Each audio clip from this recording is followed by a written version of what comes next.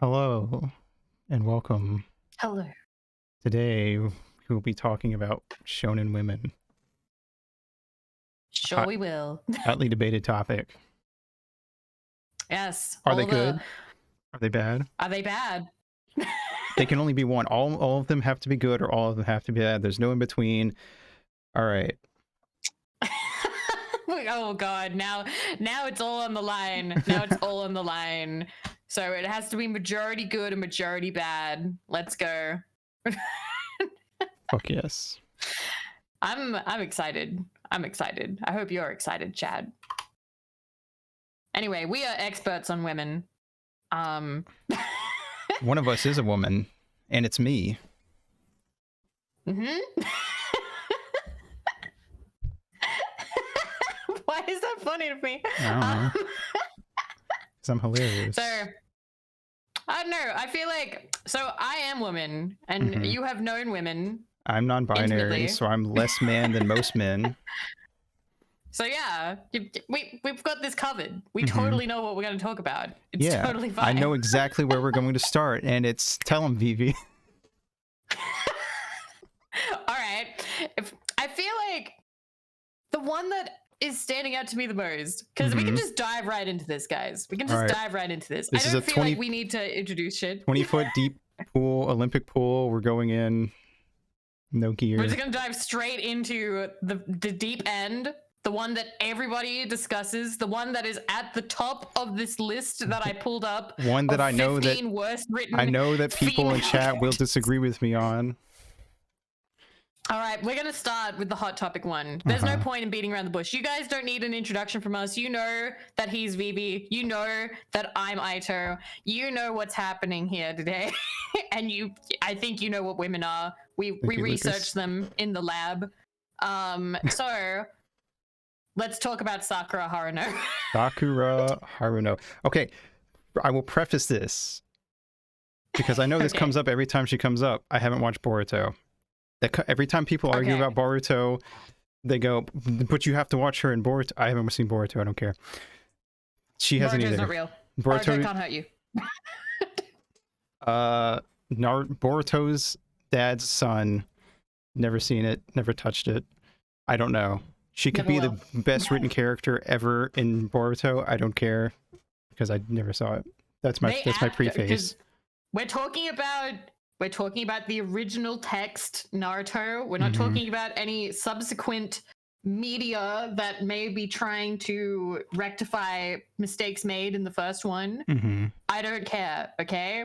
We're not talking about Naruto or his son Boruto, all right? This just is Homestuck, not the epilogues. That's my analogy. Well, fun fact, Cube. Aito is a master of long-form media.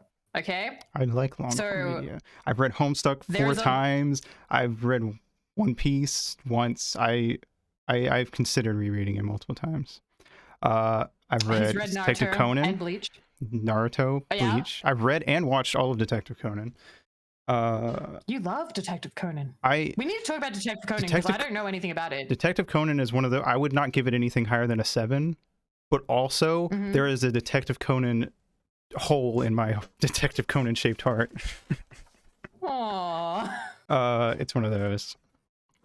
All right, I'm gonna keep a list of the women that we talk about in case people come in chat and ask us if we have discussed women, because I want them to know who we have discussed. Okay. But I want to start with Sakura because she is the big one, which is kind of funny and also kind of hurts after all this time, because I remember in the 2000s when Naruto was happening, people were like, oh yeah, finally we have a strong female character, and then they'd bring up Sakura and it would hurt me. Okay. Little teenage Vivi would be so unhappy. I grew up with people that watched Naruto, and then I read Naruto when I was like in my mid-20s.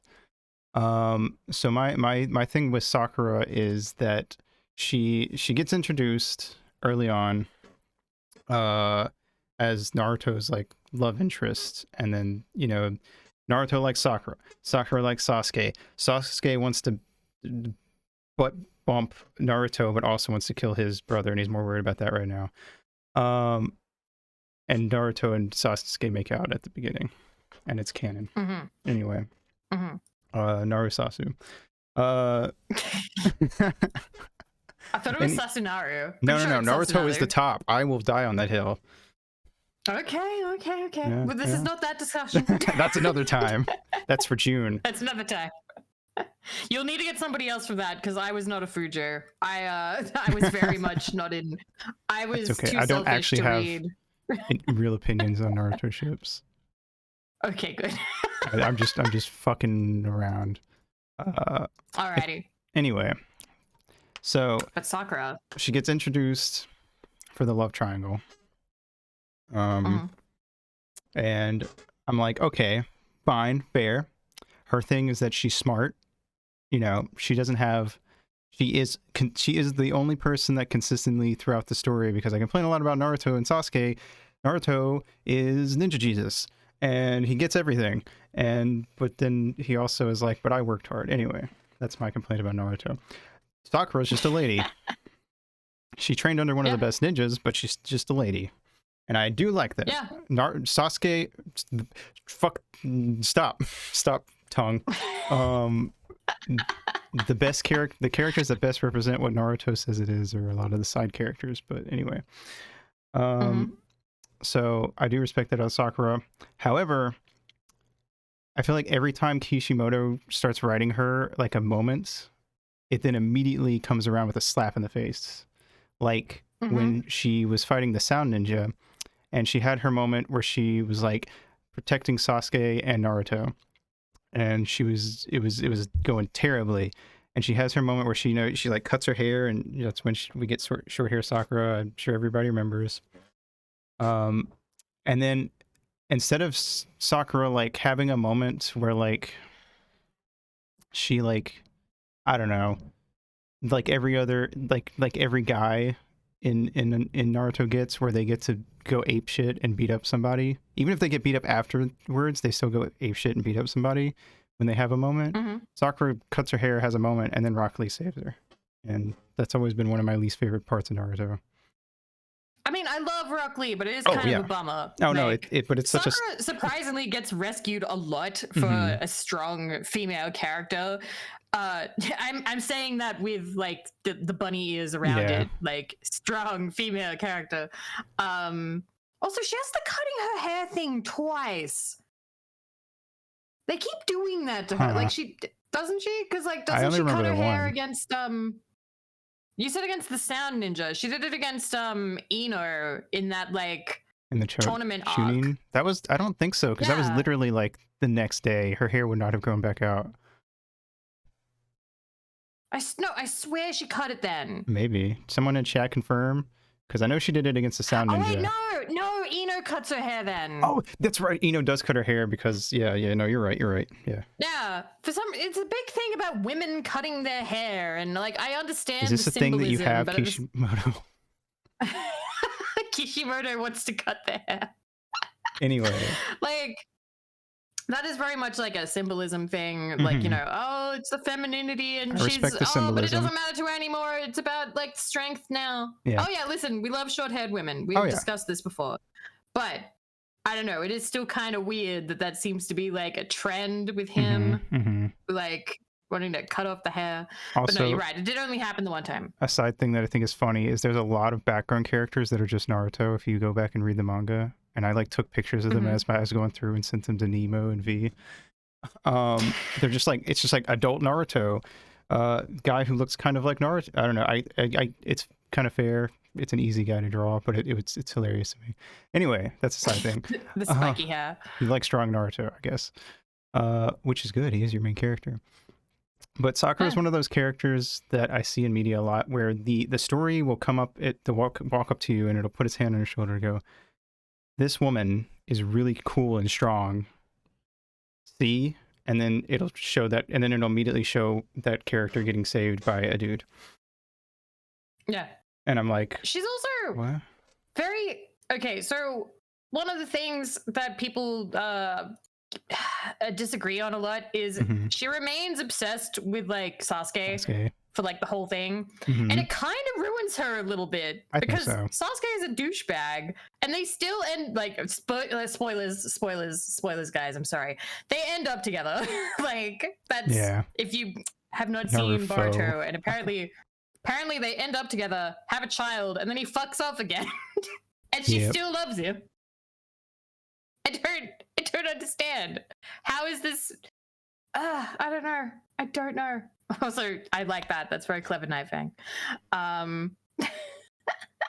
Classic move. So yeah, that is one thing I But don't no. like, is that it's like, because she like comes on to Naruto, but in a like, well, I guess if I can't have Sasuke kind of way. And you know what? One of my favorite moments in the show, Naruto goes, "No, it's bullshit. Fuck you," and walks He's like, away. no, I don't want to be with you. Yeah. You still love Sasuke. Yeah. Yeah, he calls her out. I remember that. That's good. That was a good moment. I want more of that, Kishimoto. And the moment was Naruto's, who is a man. Typical. Yeah. I'm kidding. But okay. You're right. Naruto stole the On spotlight these- again. But like also like she's meant to be like super powerful and stuff, Mhm. but she usually gets like kind of beaten or clobbered as She like, is oh really- no, She's really Sakura powerful. lost. Really powerful and really talented on paper, but a lot of the time that doesn't come through in the story, and that's one of my biggest issues. Naruto is one of those like hard work doesn't pay off series, right? Like, is that meant to be like the whole point of For like a lot of Rock Lee and, characters, like, yes. Yeah. Guy is one of the hardest working characters, fights the final boss, makes the final, well, no, not the final boss actually, because you know the bunny lady space comes out. But anyway, he fights Madara, makes Madara go, "That was fucking sick, dude. Like no one's ever been that cool." But also, you still didn't kill me, so it doesn't matter. And then other people come up and kill Madara. And that stuff to me is where it's like, it's really annoying. I don't know. Hard work doesn't pay off. Yeah. It kind of blew. It's weird, but like that's another whole other topic, I suppose. But yeah, Sakura kind of has that vibe as well. Like she's never gonna come out on top compared to like the other ones because she. Oh, I was just gonna say she will consistently have like a thing where like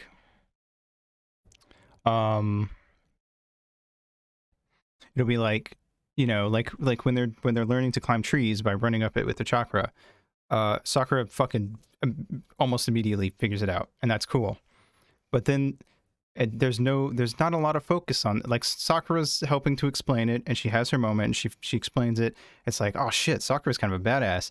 And then we spend way more time focusing on Naruto and Sasuke climbing the tree. And how because that's what we're here for. It's way cooler that they did it than it is that Sakura did it, is what the story conveys. Oh my god. Guy and Lee are like the only actual ninjas. The rest are wizards with ninja. You're right. You're very right, Gretchen. I also wish she You're had very gotten right. more. She also should have got more stuff during the fighting of Zabuza and Haku, but she kind of just stood there being. She protected the bridge builder guy, which is technically what she was supposed to do, but also Sasuke unlocked Sharingan, Naruto went Nine Tails, and we saw Kakashi use Chidori for the first time. So Sakura is literally just in the background. Like, yes, technically she's doing what she's supposed to, but she is not getting to show off like all of the men.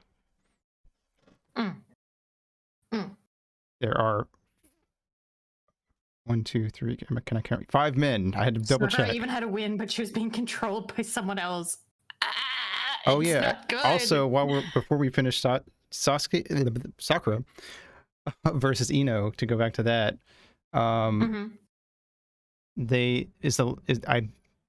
aside from filler, I think that's the last time we see inner Sakura pop up, her like inner voice. Yeah, they just abandoned that. That was like Sakura's entire like gimmick, right? That she had like inner Sakura, and inner Sakura was like loud. Yeah. And aggressive, outer but like Sakura spoke her was like, truth.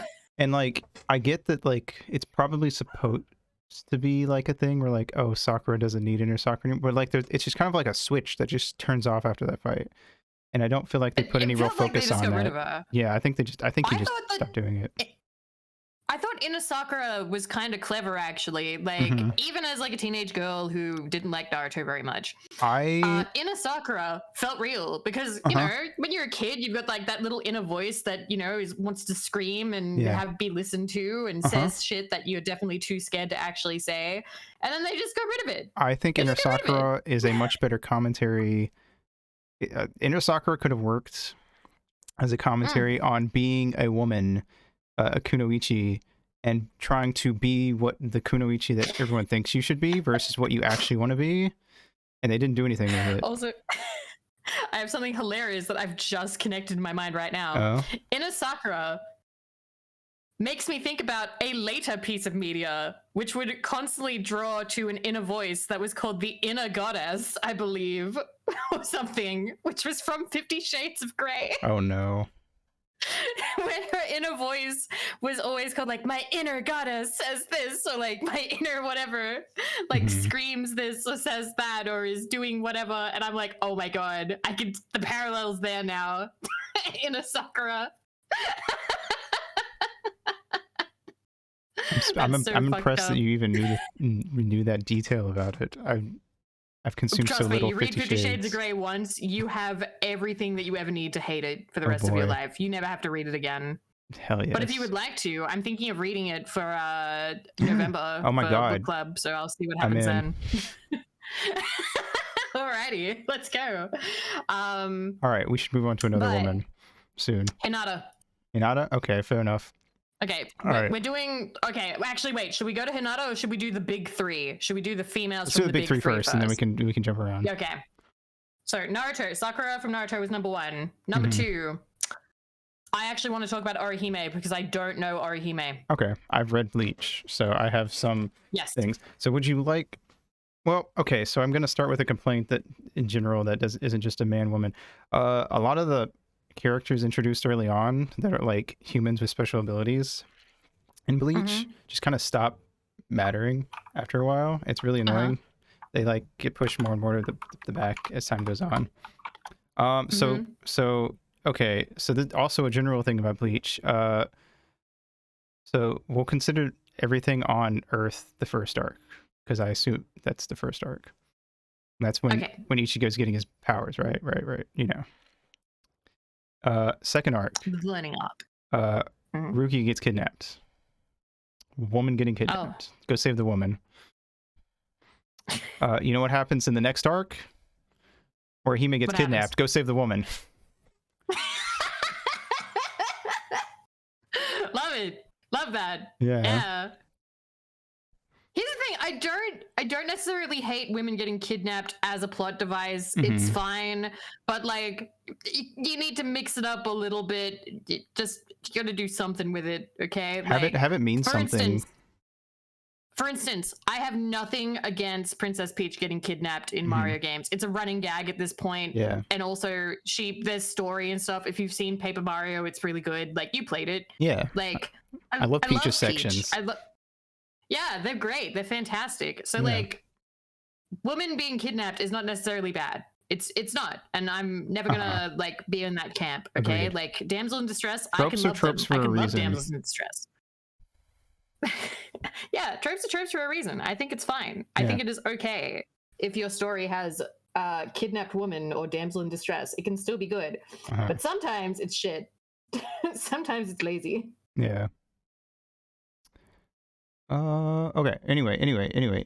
Orihime. All right. So like, she doesn't do a lot. I feel like Orihime is one that most people will agree doesn't get to do a lot in the story. She kind of is just like the best thing she does is that it is nice and endearing that she is as trusting of Ichigo as she is. Because in like the first arc, there are multiple points because he's hiding that he's a Soul Reaper. She is the healer also, which is a trope that I don't hate, but I do think it's annoying how much that the woman is relegated to the healer. Anyway, but like she is a nice, likable, cool character in the first bit. She has a bit where like one of the hollows is actually her brother that's come back, and she has a thing where she was kind of like obsessed with her brother's death, and she has to like get over it, and because it's actually like causing her brother to hollow, if I remember right. Okay. So that, and it's a cool moment, and you know, she's very trusting, and that's like a generic girl thing, but again, I don't dislike it. Like it is nice when somebody's morals are called into question and she goes, no, I trust this person, they are a good person, I believe in them. And it's like, yeah, like it's having someone like that in the story is nice, because you know, I don't know, it would be annoying if every single person just immediately like 180'd on someone because they did something wrong, you know. I forgot she had a brother. It's a very small thing.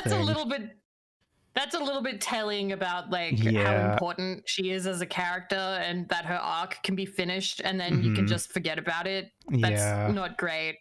And then because from what I've seen, compared to the other female characters, because I know like Rukia is important, you got Yoruichi, you've got I forget the big titty blonde one. Oh, I don't remember her name, but I know who you're talking about.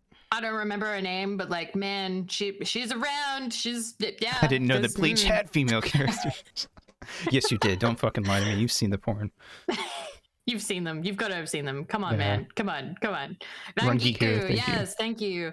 Like, I think compared to the other like female characters in it, which I don't have a super strong opinion. Maybe we can double around to them. Woman, in terms of like how she's written in the thing, and even she gets shafted pretty hard, because like they're gonna bring up Yoruichi.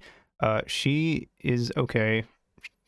She's kind of one of those, like, she gets to be the badass lady who shows up and is badass, but she also doesn't really get a ton of like forefront story wise. It's a trade-off, I guess, in shonen. Sometimes to keep a character badass, they don't let you have too much of them. Yeah. Which I think, not related, is kind of how I felt about Shanks a little bit, but I still love him. Yeah, every time I see Shanks, he gets a little less badass, but I agree. I will always appreciate him. Yeah. Okay. So Orihime is just kind of flat. If not in that way. Ha ha ha. Finger guns. That's Rukia. Also, Ichigo does get with Orihime in the end, and I'm sure tons of people got really mad because they wanted him to get with Rukia. Because I would argue that he spends way more time with Rukia, and I think that's fair. Anyway.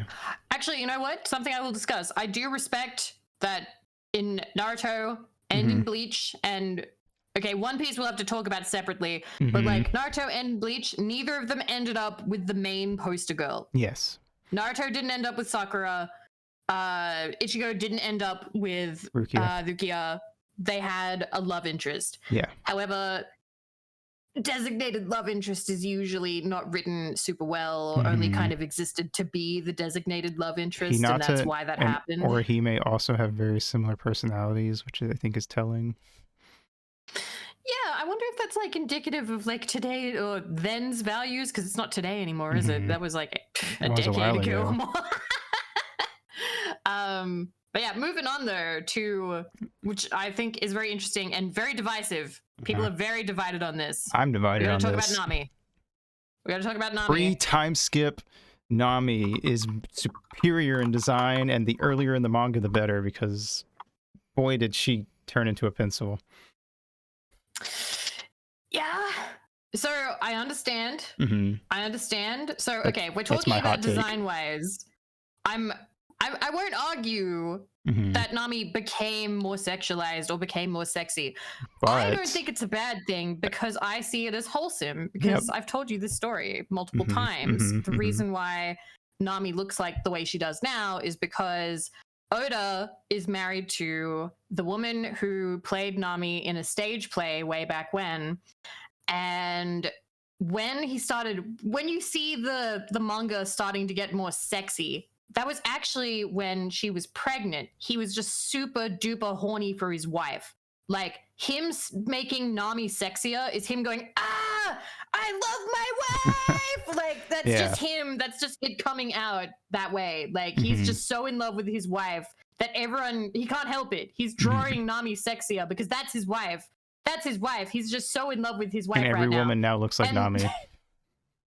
Yeah, so he drew Nami more and more looking like his wife, who got like longer hair, gave her bigger boobs because she was pregnant and had bigger boobs, and he was just madly in love with her. But as a result, now people are like, why is Nami so different to how when she started? Because if you compare them, they don't look like the same character, really. Like, they're very, very different. Yeah. And Nami definitely was more like kind of like cool. I will still argue that Nami is cool. I like Nami. I don't think that Nami.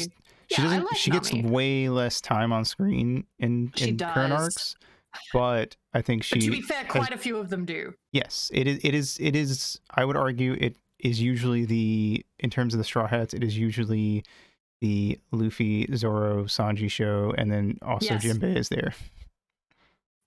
Yes, that is the problem with One Piece. One Piece has quite a few characters, and they are all fantastic. However, they get shafted a bit. I think the main one people complain about is Frankie. Frankie is usually, I think they call it the Worf effect, which is a thing from Star Trek where Worf would get like taken out first. And that was meant to be like a sign that the enemy was super strong because Worf got taken out. So this guy means business. Yeah. In One Piece, it's Frankie gets taken out or Frankie gets like distracted or taken down. Yeah.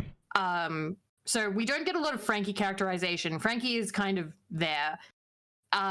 Nami also kind of gets like put aside, taken to the side. The job role. I don't know. Would you say that Nami or Robin get designated girl fights, or do you think they fight anybody? I think they're oh my god, it's so long. There was one time where Sanji was fighting a woman, and he like at the what was it? Oh, I like Water that. 7? The soap one. Yeah. Yes, No, that was good. Where he couldn't fight her. He couldn't fight her because Sanji doesn't hit women, and he kept getting his ass beat, and it was like, all right, I'm not gonna beat you up though. So yes, they do. Especially post. Actually, now that I think about it, like post time skip, I think they actually get more. But Spicy can apparently name quite a lot too. Yeah. I think that even if I'm mad on like later One Piece woman designs, I don't like even when a woman is like not the most interesting, she's still cool in One Piece. Like I can't think of a lot of women that are like that's just like the most generic tropey lady. Oda tries to make every character interesting and unique in some way, even if they only show up for like 4 chapters. And they're usually important in some way. They have some kind of role. They have some kind of interaction. Don't worry, this will come back in 300 chapters. Yeah, like, and I think that they're pretty awesome. That they're pretty cool. I've seen people argue otherwise. I've seen people be like, "Oh, I don't like how Oda." What was it? So there's going to be crazy spoilers. There are some crazy spoilers happening here. Okay. So I remember one that people got mad about was Ace's mother. Okay. I have no idea why, but for some reason, the pregnancy. So Ace's mother, for reasons, prolonged the pregnancy so Ace wouldn't get killed. Right. Because of who his father is. Right. Spoiler. So she actually like prolonged the pregnancy. So instead of it being a 9-month pregnancy, I think she somehow held him in for like 20 months or like a really long time. Yeah. And I remember thinking like, holy shit, like that's like extreme. That's like a extreme thing for a person to do. I saw some people being like, oh, that is a terrible use of a female character. Like, oh my God, she was just like a womb in the story. And I'm like, what the fuck is wrong with you? Like that I still thought it was cool. Yeah. I don't know. Am I wrong here? I'm with you. I thought that was badass. It was crazy and like you could not do that. But like well, it's One Piece. At that point you just accept all the weird shit Oda puts in. But it felt like a weird human shit that people do in shonen manga. Like, oh yeah, this guy somehow survived at the bottom of the ocean. I for jumped into a pool of lava and I climbed back out 6 days later. Yeah, it felt like that level of crazy, you know? Yeah. Yeah, like in shonen, they do crazy shit. Her doing that felt like a crazy shonen thing that she could do. And I just remember some people getting mad about it. And in my opinion, that's just people not wanting to think about pregnancy. But that's that's my tea there. But yeah, so for Nami, there definitely is like I think every problem. I do think there are girl fights. Yeah, like, there are girl fights, and I think most of Nami's problems are problems that are like, aside from the design and every woman looking like Nami, design and too many characters, big cast. Yeah, big cast problem. The big cast is really the biggest issue, but that affects everyone who isn't one of the big boys. Mm-hmm. So So yeah, out of the three, I would think I like Nami the best. I like Nami the best. Mm-hmm. Orihime is kind of like Hinata, but she, actually, I feel weird that we ranked Orihime now because yeah, she is like sort of like touted as important for Bleach, but I wouldn't say that she's like the main female character for Bleach. No, I would say that Rukia is, and I would say Rukia. Yeah, I would argue that if I don't know, in my mind, when I think of Bleach lady, Orihime comes to mind first. Because she is the love interest. Is it because she has orange hair and Ichigo has orange hair? Maybe, I don't know. Do you want to talk about Rukia now? We should talk about Rukia. Okay. I only know like first season Rukia. Yeah. And like, I don't know, she was cool. She was badass and kind of funny. I kind of liked her for that. Rukia. She's fun. She's cool. I thought and I will say out of who we've talked about so far, like Sakura, all of them, Rukia definitely has the least sexy design. I would argue. I would say that I like Rukia more than Nami. Yeah. Yeah, like just on the basis of like, if we're talking about like, I don't know, well-written women, I guess. Like I wouldn't say Rukia is written amazingly well, and like. Yeah, Nami does have really good bits, like the fucking when you go back to her island, like we did. I love that we did this, but we didn't set any criteria for what is a well-written woman. But I also like that we did that because I think that it's a vague, if you have a checklist, you're going to fail. Yeah. Yeah, it's a vague personal idea. You can't set out with a checklist because if you have a checklist, then some characters are automatically going to fail. That's why I think like the Bechdel test is stupid and that kind of stuff. Yeah. Like, I don't think that these are good indicators of like good writing. That's such a like specific thing. Right? It's stupid. Yeah. But yeah, like Rukia,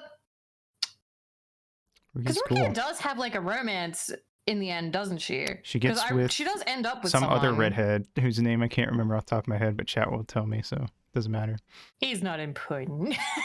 he's important during the arc where they save Rukia. Well, isn't the problem with Bleach that he would introduce characters when he didn't know what to introduce 86 characters and then he'd be like, wait, that one was actually kind of cool. And that's Bleach. Yes, he does the thing. He does the thing that I think a lot of shonen mangaka do, where it's like, I'm just gonna throw a shit ton of characters, and either A, I'll pick the one that the fans like, or B, I will pick the one that I like. And the end. The end. Yeah. Looking at pictures, I will say, if Nami is really drawn to resemble the author's wife, I hope she's eating well. Well, it's definitely like a caricature, like I'm drawing my wife as sexy as it's possible thing. Yeah, it's like how people would draw the Hartman hip characters, you know, with the little tiny waist and the giant Pixar mom ass. Yeah. You know, it's fine. It's just a caricature. Yeah. Okay, so that's like Naruto, Bleach, One Piece. That's the main three. We can move on. Okay, Hinata from Naruto only existed to like Naruto. She only existed to like Naruto. Yep. She didn't build any friendships or relationships with anyone. She just existed to love Naruto from afar and then make him sad, like right at the end when she existed for two things. She existed to love Naruto and to teach you how much of an asshole Neji was. That was it. That was Hinata. That was Hinata's entire existence. You know what? Out of everyone's, maybe she's less. And then she got recycled with that for pain. To make you really not like pain. And then she married, and then she. Hinata more poorly written than Sakura, but I like her more because I like her color scheme more. I like her design and the idea of Hinata way more. So I do like Hinata more, but I do think she's worse written than Sakura. She probably is worse written than Sakura. See, Sakura I remember not liking when I was younger because, you know, she was touted as like strong female character. Also, be proud. But like Hinata is... Maybe it's because she's always off to the side that you don't notice it as much. Yeah, but like she really did just exist to like Naruto. Most of her dialogue is Naruto. Naruto. Dot dot dot. You can hear the dot dot dot in her voice. You can hear her pushing her two fingers together shyly. Naruto. I was kind of mad because I wanted more to happen with her team because she was put in a team not with Naruto and she was clearly sad about it. And I loved Kiba. And what was it? Shino? The bug guy? I believe, yes. Bugman. I loved them both so much. Shino had absolutely no writing. He got no characterization. He had one of the coolest abilities too. Yeah, it was cool and creepy and so awesome. I love that. Can you imagine? He was like, yeah, I have a parasitic, like, bugs live in me. It's so creepy. Oh, I also love Choji. There was so many good characters in Naruto that did not get enough. Okay, they just didn't. Agreed. That is not just, not just the women, also just all of them. That was a problem for all of them. Shikamaru just fell off. Yeah, they just fell off. And he knew Shikamaru was good and he just abandoned him. Yeah. He made Shikamaru the leader for an arc. Yeah, and like still in charge of Naruto. It was literally like, I'm the leader. I'm the main character now. I'm the main character now. Goodbye. Until the bone dude, and then Naruto ran off to fight Sasuke and get his ass beat. And then it became Naruto again. Yeah. But yeah, like I remember being really hopeful that something would happen with Hinata and her team, and I kind of wanted Hinata and Kiba to happen because I really liked Kiba because he was like a more aggressive bully kind of version of like Naruto, right? Yeah. So he was like, oh, I'm gonna be Hokage and I love dogs or something. I can't even remember Dog versus fox kind of thing. Yeah, but no, Hinata was just, oh, well, Naruto. Yep. I think there was like a little bit of characterization. One issue with like anime over shonen anime is sometimes filler arcs will give you characterization that the manga never gives you. But the problem with that is that then in the end that characterization can kind of mean nothing if the end of that character arc doesn't align with the filler. Yeah, they just throw it away. They'll just throw it away. Yeah. Because they'll be like, oh, well, that wasn't canon, so it's never going to mean anything in the main storyline, even though you just had an entire character arc. I'm pretty sure, I very much remember a post Sasuke escaped, but we're still in Kid Naruto section, bit of the filler, like a specific episode I watched, where Naruto, like, finds Hinata, I think she's, like, she's, like, dancing on top of the water, I believe, because, they can walk on water. She's naked, and he's like, whoa, and that was like filler stuff to add in, like, oh, they're gonna get together later, but like it's such a small thing that never matters, and it doesn't mean anything in the long run. Anyway, so poor Hinata, right? Poor Hinata. Okay, if we're doing like doubling back, because we've talked about Sakura, we talked about Hinata, we've talked about Orihime, we've talked about Rukia, talked about Nami. Robin is fucking amazing. I have no critique. Robin is fucking amazing. I agree.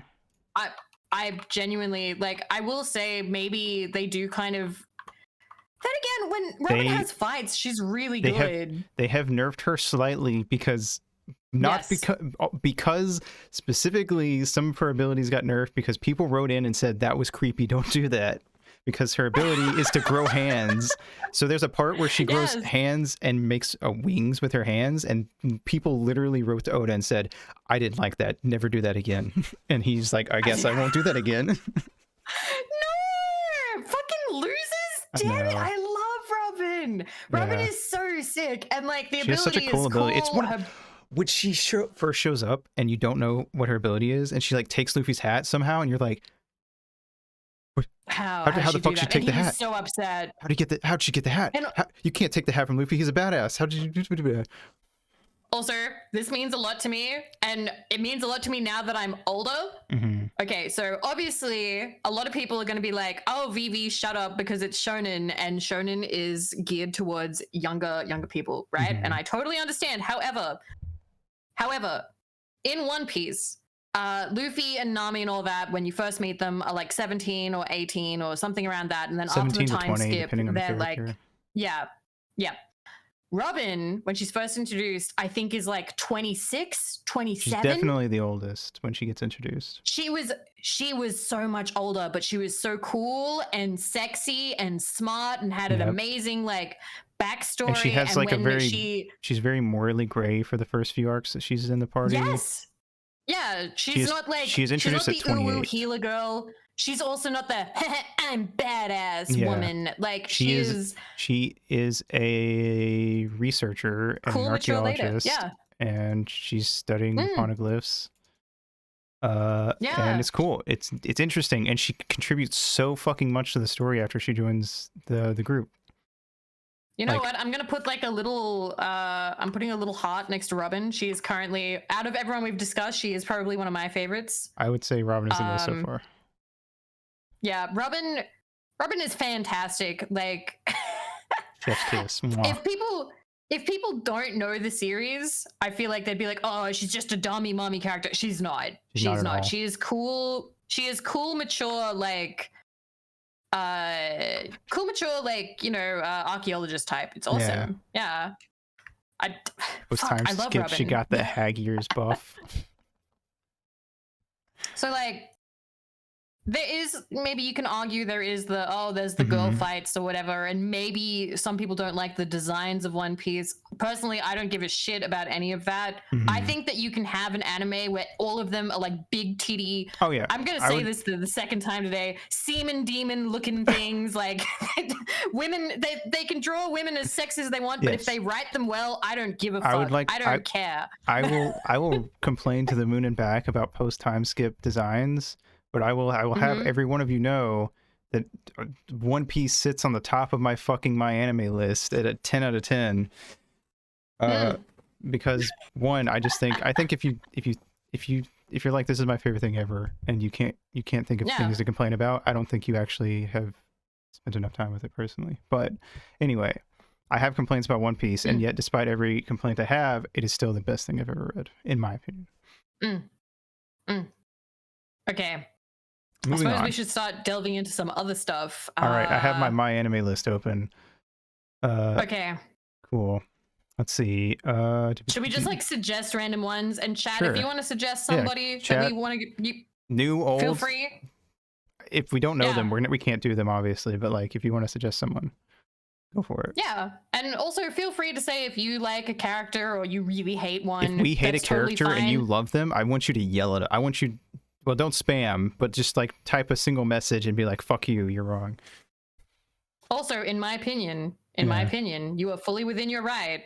No matter what gender you are fully allowed to be like, I think that female character sucks for writing reasons. Like, I think that's okay. Don't be scared. Don't be scared. You're allowed to have opinions. You're allowed to be like, well, I think this is a safe space. I am not going to accuse you of hating women or except being you specifically. You know who you are. Except you know who I'm talking to. Okay. All right. Okay, so Full Metal Alchemist and also Dragon Ball. So we'll do Dragon Ball from FMA. We're complete. Rock, paper, scissors. Well, I was gonna say Dragon Ball is it can't happen first in my chat. So. Okay. Do you want to do Dragon Ball first? Then we'll do Dragon Ball first. You want to do rock? Wait, we can't do rock paper scissors. I can't see you. We can't do rock paper scissors. We'll just type it in. Oh, you're right. Like, okay. Thing. Rock paper scissors. Okay. All right. I already know. Okay. They win. I typed and untyped a couple of times, so you can't tell what I typed. Okay. 3, 2, 1, go. Fuck! We both picked rock! We both picked rock! All right. Go again. Okay, meh, All right. Okay, 3, 2, 1, go. Stop picking rock! No, you stop picking rock. You stop picking rock! All right. Guys, he keeps picking rock. Okay, if we tie again, we're just gonna do Dragon Ball, okay? Okay. Okay. Alright. Alright. 3, 2, 1, go. Alright, that's a tie. We all picked rock every single fucking time. I've told this on stream. I only ever pick rock and rock, paper, scissors. So do I! So do I, though! I never knew that somebody else also only picks rock. I love rock. Yes. The dream All team. right, God damn it. The dream team. Good old rock. Nothing beats that. We'll breeze over Chi-Chi because she doesn't get a lot, but we'll talk about Bulma mainly. Okay. Okay. How much do you know about Dragon Ball? Okay, Dragon Ball I've only seen little bits here and there. Yeah. So I am not somebody who has watched all of Dragon Ball. I apologize. I have not had Dare you. Oh, also I love Kirby's Down B. Yeah, Kirby's Down B is great. I just saw Wayward join the other chat. What, oh, the open? Oops. Yeah. Oh, okay. Sorry, Way. Sorry, Way. Dragon Ball. Yeah. I hate to tell you this, so I've only seen little bits of Dragon Ball Z. I've never watched the original Dragon Ball, but like they're children in that, so who really cares? In my opinion, stupid little children kids. are kind of the same, regardless of whether they are a little boy or a little girl or a little gremlin. Like I think that children are children, in like they all act like children. You know that all Goku's children 14? I have to check that, double check it. I believe he's 14 in Dragon Ball when it starts, even though he looks like an 8-year-old. What? Yeah. What? How the fuck is he 14? Let me pull up his exact He looks age. like he's... What? Okay. Yeah, so anyway, I have, however, Bulma. seen the terrible live-action movie where Chi-Chi... I can't remember any of that, though. Oh, I blocked it out. it doesn't... yeah, because they're not so specific about his age later on. They're very vague about ages afterwards. Anyway, young guy. Anyway, it doesn't matter. We're not talking about Goku. We're talking about Bulma. Bulma's like 16 or something. Bulma. Anyway. So Bulma... Doesn't Bulma, like, I don't know, something about money? Isn't Bulma a little bit like Nami, where they both love money? Yes. So when Bulma gets introduced... so, original Dragon Ball is a parody of Journey to the West. And Bulma is the monk guy. She's in this story. She is the monk. And she's on a journey to get to Dragon Balls. That is her goal. She wants to wish for, I believe exactly what she wants to wish for is a boyfriend. Like a perfect boyfriend. Wow, okay. Because Dragon Ball was originally a comedy series. So it was like, it doesn't matter. The sillier her wish, the better. They literally, the first time that the dragon gets summoned, it's by a bad guy. And literally the Oolong, the pig guy, stops it by wishing for panties. Like that's the kind of story that Dragon Ball is at first. Bulma doesn't really love money as much as she is the richest person on Earth, and she's a scientist, and her dad's a scientist too. I see. Anyway, blah blah blah. They go on a journey. She's boy hungry when she's younger. We'll talk more about Dragon Ball Z because I think most people in general are more familiar with it anyway. I'm gonna say that I don't. Also, I need to say this right now. I don't hold being boy crazy against a character really, because I was like that as a teenage girl. I was like that. Yeah, I know. I've told you. I would literally get up, bound out of bed, and be like, "Oh boy, I'm going to school. There are cute boys there." Like that was my entire reason for like wanting to go to school as a teenager, because I had crushes on people and I wanted to see them. Anyway, so Dragon Ball Z Bulma. So she doesn't really do anything in the first bit with Raditz. I don't think she really does a whole lot leading up to the fight with Nappa and Vegeta either, but she does pilot the ship to Namek in the next arc when they go to Namek, because Piccolo died fighting during the Piccolo died during the Saiyan saga. If Piccolo dies, there's no Dragon Balls on Earth. They have to go to a different planet to get their Dragon Balls to wish everybody back. So they go to Namek, which is Piccolo's home planet. We find out. I don't think they know that going there. I don't remember. Or no, what they do, because I think somebody knows. I don't remember. It's been a while since I read Dragon Ball Z. They like fix up a ship that they fixed. I think they fix up the ship that Kami came on. Or was it? I don't remember, man. I don't care about fucking Dragon Ball lore. Was it Piccolo or was it Kami? What was he called when he came down? I don't remember. Anyway, they go to... You're hurting the Dragon Ball fans. Stop it. Fuck off. Popo knows. None of us watched it for the lore. Don't you lie to me. Anyway, so they go to Namek, and then she does nothing. And she kind of gets scared sometimes. And then she falls in love with Vegeta later, and they have a kid. But she kind of just doesn't do anything. I was kind of fascinated how Bulma and Vegeta ended up together, because Vegeta always seemed so not interested in women or anything, like, at all. Same, Robin. But then I've seen little bits and pieces of Vegeta actually showing, because like Vegeta is a better dad and husband than Goku. Yeah, I've seen people who actually invest a lot in like the relationships, who really liked the Bulma Vegeta ship and wrote like fan fiction about it. Therefore, whenever anything would happen in any of the movies or in any of like the series at all, they would like clip it or like put it somewhere and be like, oh my god, look at this, they really do love each other. And I remember seeing those bits and pieces, and they were really small. They were never anything that big, but like they would be like something like, you know, maybe Vegeta would like mention Bulma or care about Bulma in a small way. And that would always surprise me. And I'd be like, oh shit, he actually does like Bulma. Meanwhile, there are people who are like, fucking Goku doesn't give a shit about Chi-Chi, just constantly getting killed. Yeah. It's like, yep, just gonna go fight some more. Yeah. So yeah, I don't know. Bulma's pretty poorly written, in my opinion, as a female character. I feel like there aren't really, I don't know. Dragon Ball really was kind of like, look at the buff men. Most characters in Dragon Ball aren't very well written, except it's more the scenarios and the emotions that you get from it than it is the characters. So. You beautiful woman who lives in my house. Is that a Dragon Ball abridged line? Probably.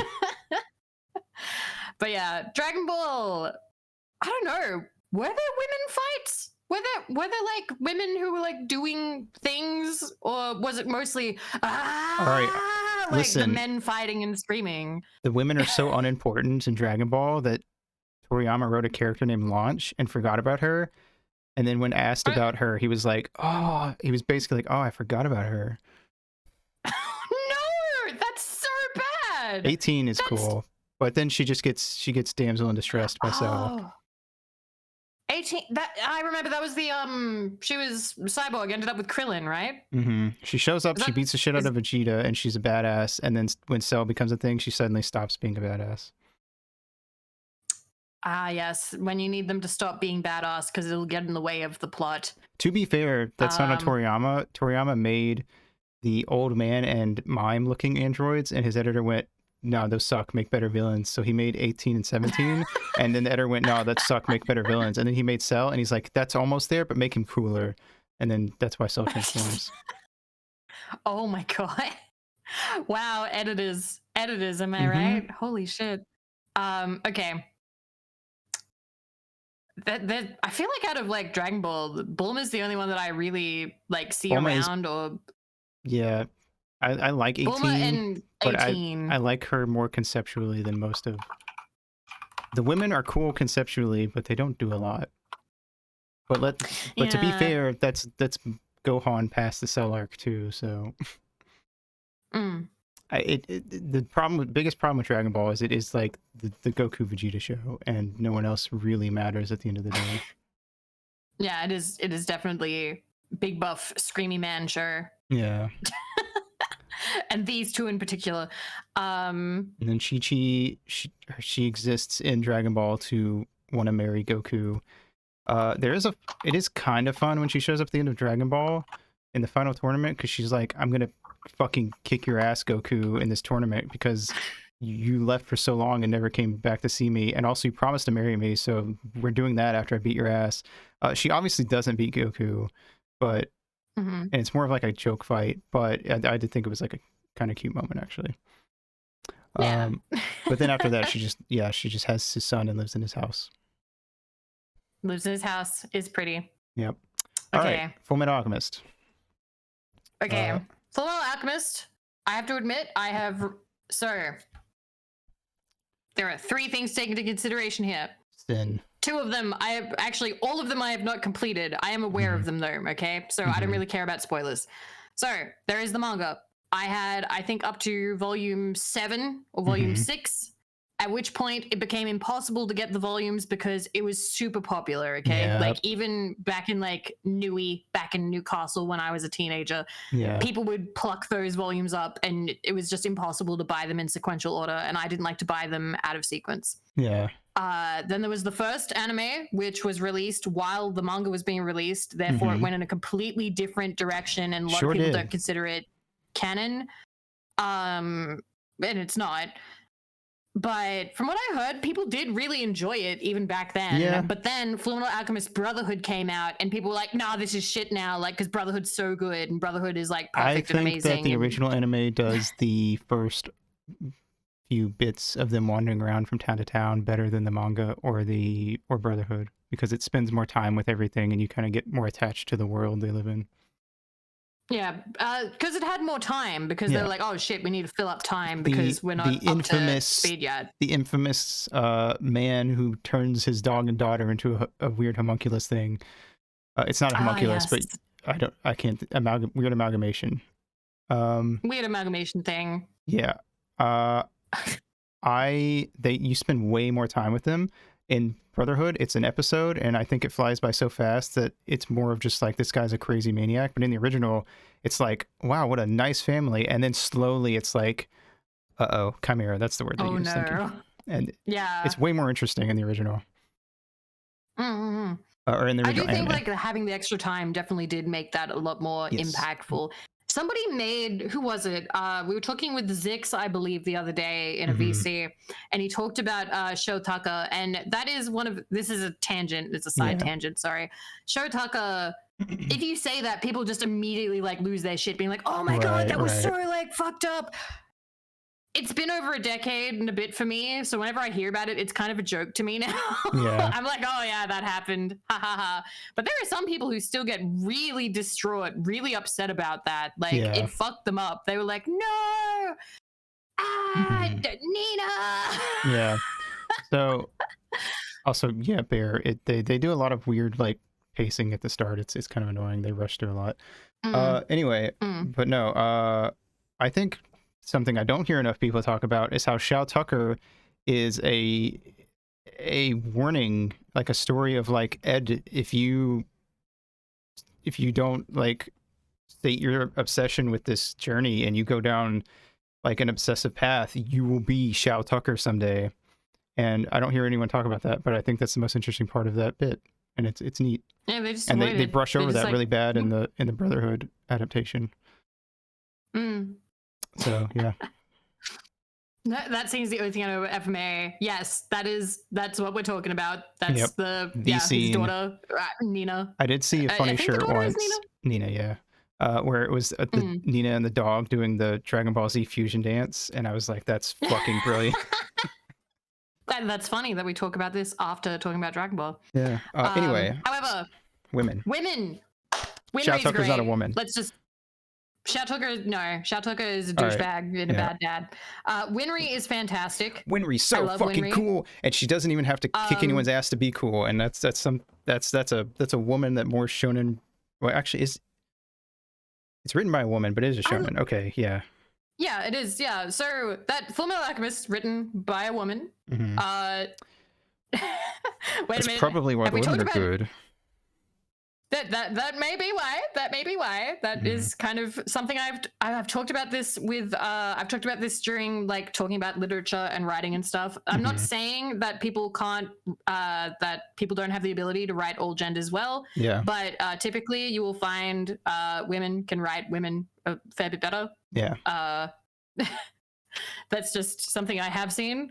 Yeah. I think if you're a cis woman, you will write cis women. Or even like cis adjacent women. Experience. Yeah, exactly. You can write from your experience fairly well. But obviously there are people who can like. I feel like I would have. Who can do it all. I honestly have considered writing on many occasions, and I'm like, I feel like writing a normal dude for me would be hard because most of the generic, typical dude things are things that I didn't relate with growing up. That you don't really know, you don't really think about. So you'd have a hard time writing the normal dude experience. I get that. I understand. Yeah. I would be more comfortable writing a woman as the protag just because of that. I would rather a woman who feels like who comes off as very like androgynous gender wise than a man who doesn't feel like an actual dude. Okay. But yeah, like I'm trying to think. Yes, Inuyasha does. We can talk about that in a bit. Yeah. I actually really liked Inuyasha, but I haven't never analyzed Kagome. I need to think about this. But anyway, thinking about Winry, I really liked Winry because like so you had like Ed and you had Al and you had how it affected them, right? How all the shit affected them, right? But you also have Winry and how it affected Winry. Yeah. Like she was sort of she's included in it, and I like that. Like there is kind of like a trio like that is very much there. I think it's even shown in like the opening. Because in the opening of like Brotherhood, they have like I think Al getting like absolutely disappeared. You have Ed losing like his arm and his leg, and then you have Winry who like kind of like loses a couple of steps or something. Like she kind of gets knocked around, and a lot of people make fun of that scene, being like, "Oh, Al disappeared, Ed loses limbs, Winry, ooh, it's windy today." I'm like, no, that's not what that means. Like she was around, she was part of it, she was affected, like she was emotionally like fucked up by it too. Like it all kind of happened, and then she works really hard to do like the automail stuff. Is it called automail? Yes, automail. Is that? Yeah, and like she threw herself into that, and that's like her passion and shit, and she's really good at it. And like, it's literally the only reason Ed ever accomplished anything. Yes, she's Ed, like she's there and she's cool, and and there's also, from what I've seen, so I didn't get super far into it, but I do know that like Winry also, she's better with people sometimes. I think I vaguely remember her like building some relationships that without Winry it wouldn't have gone well. I need to tag somebody else in if anybody wants to like discuss more about Winry, because again, I only saw like the beginning parts, and I definitely I think you get the gist of it though. Like she is cool and strong, and she has her own shit. She ties into Ed and Al, but she also has her own things that are separate from them that aren't directly related to them. And I think that's good writing. I think that's good. Yeah. Her entire life isn't her sitting around being like, she is like Ed's rock, but she's also, but not in the way that a typical love interest would be. Yeah, I don't know. You can look at Winry and not just be like, yes, Ed's love interest. Like, I think that is like a very big difference between like, say, Orihime from like Bleach or like Hinata. Like, unless you're like really into the character, like I'm sure there are some people who are into Hinata or into Orihime who'll be like, oh yeah, that's Orihime. But for an outsider perspective, you will look at that character and be like, oh yeah, the love interest. No, and I think that is, again, there's nothing bad being a love interest. You can be a love interest and still be a good character. Because Winry is a love interest. Yeah, she is. And that's not a bad thing. It's super good payoff, actually. And it feels satisfying. It feels amazingly satisfying seeing them get together. Yeah. Because she didn't just sit around being like, Ed, like Hinata, going, Naruto. Yeah. Like, there was just more to it, you know? As an aside, I watched Full Metal Alchemist Brotherhood with my mom. And every time Ed and Winry would have a moment, she'd look at me and she'd be like, they better get together at the end. That's so cute. Oh, cute. Oh, your mom. Adorable.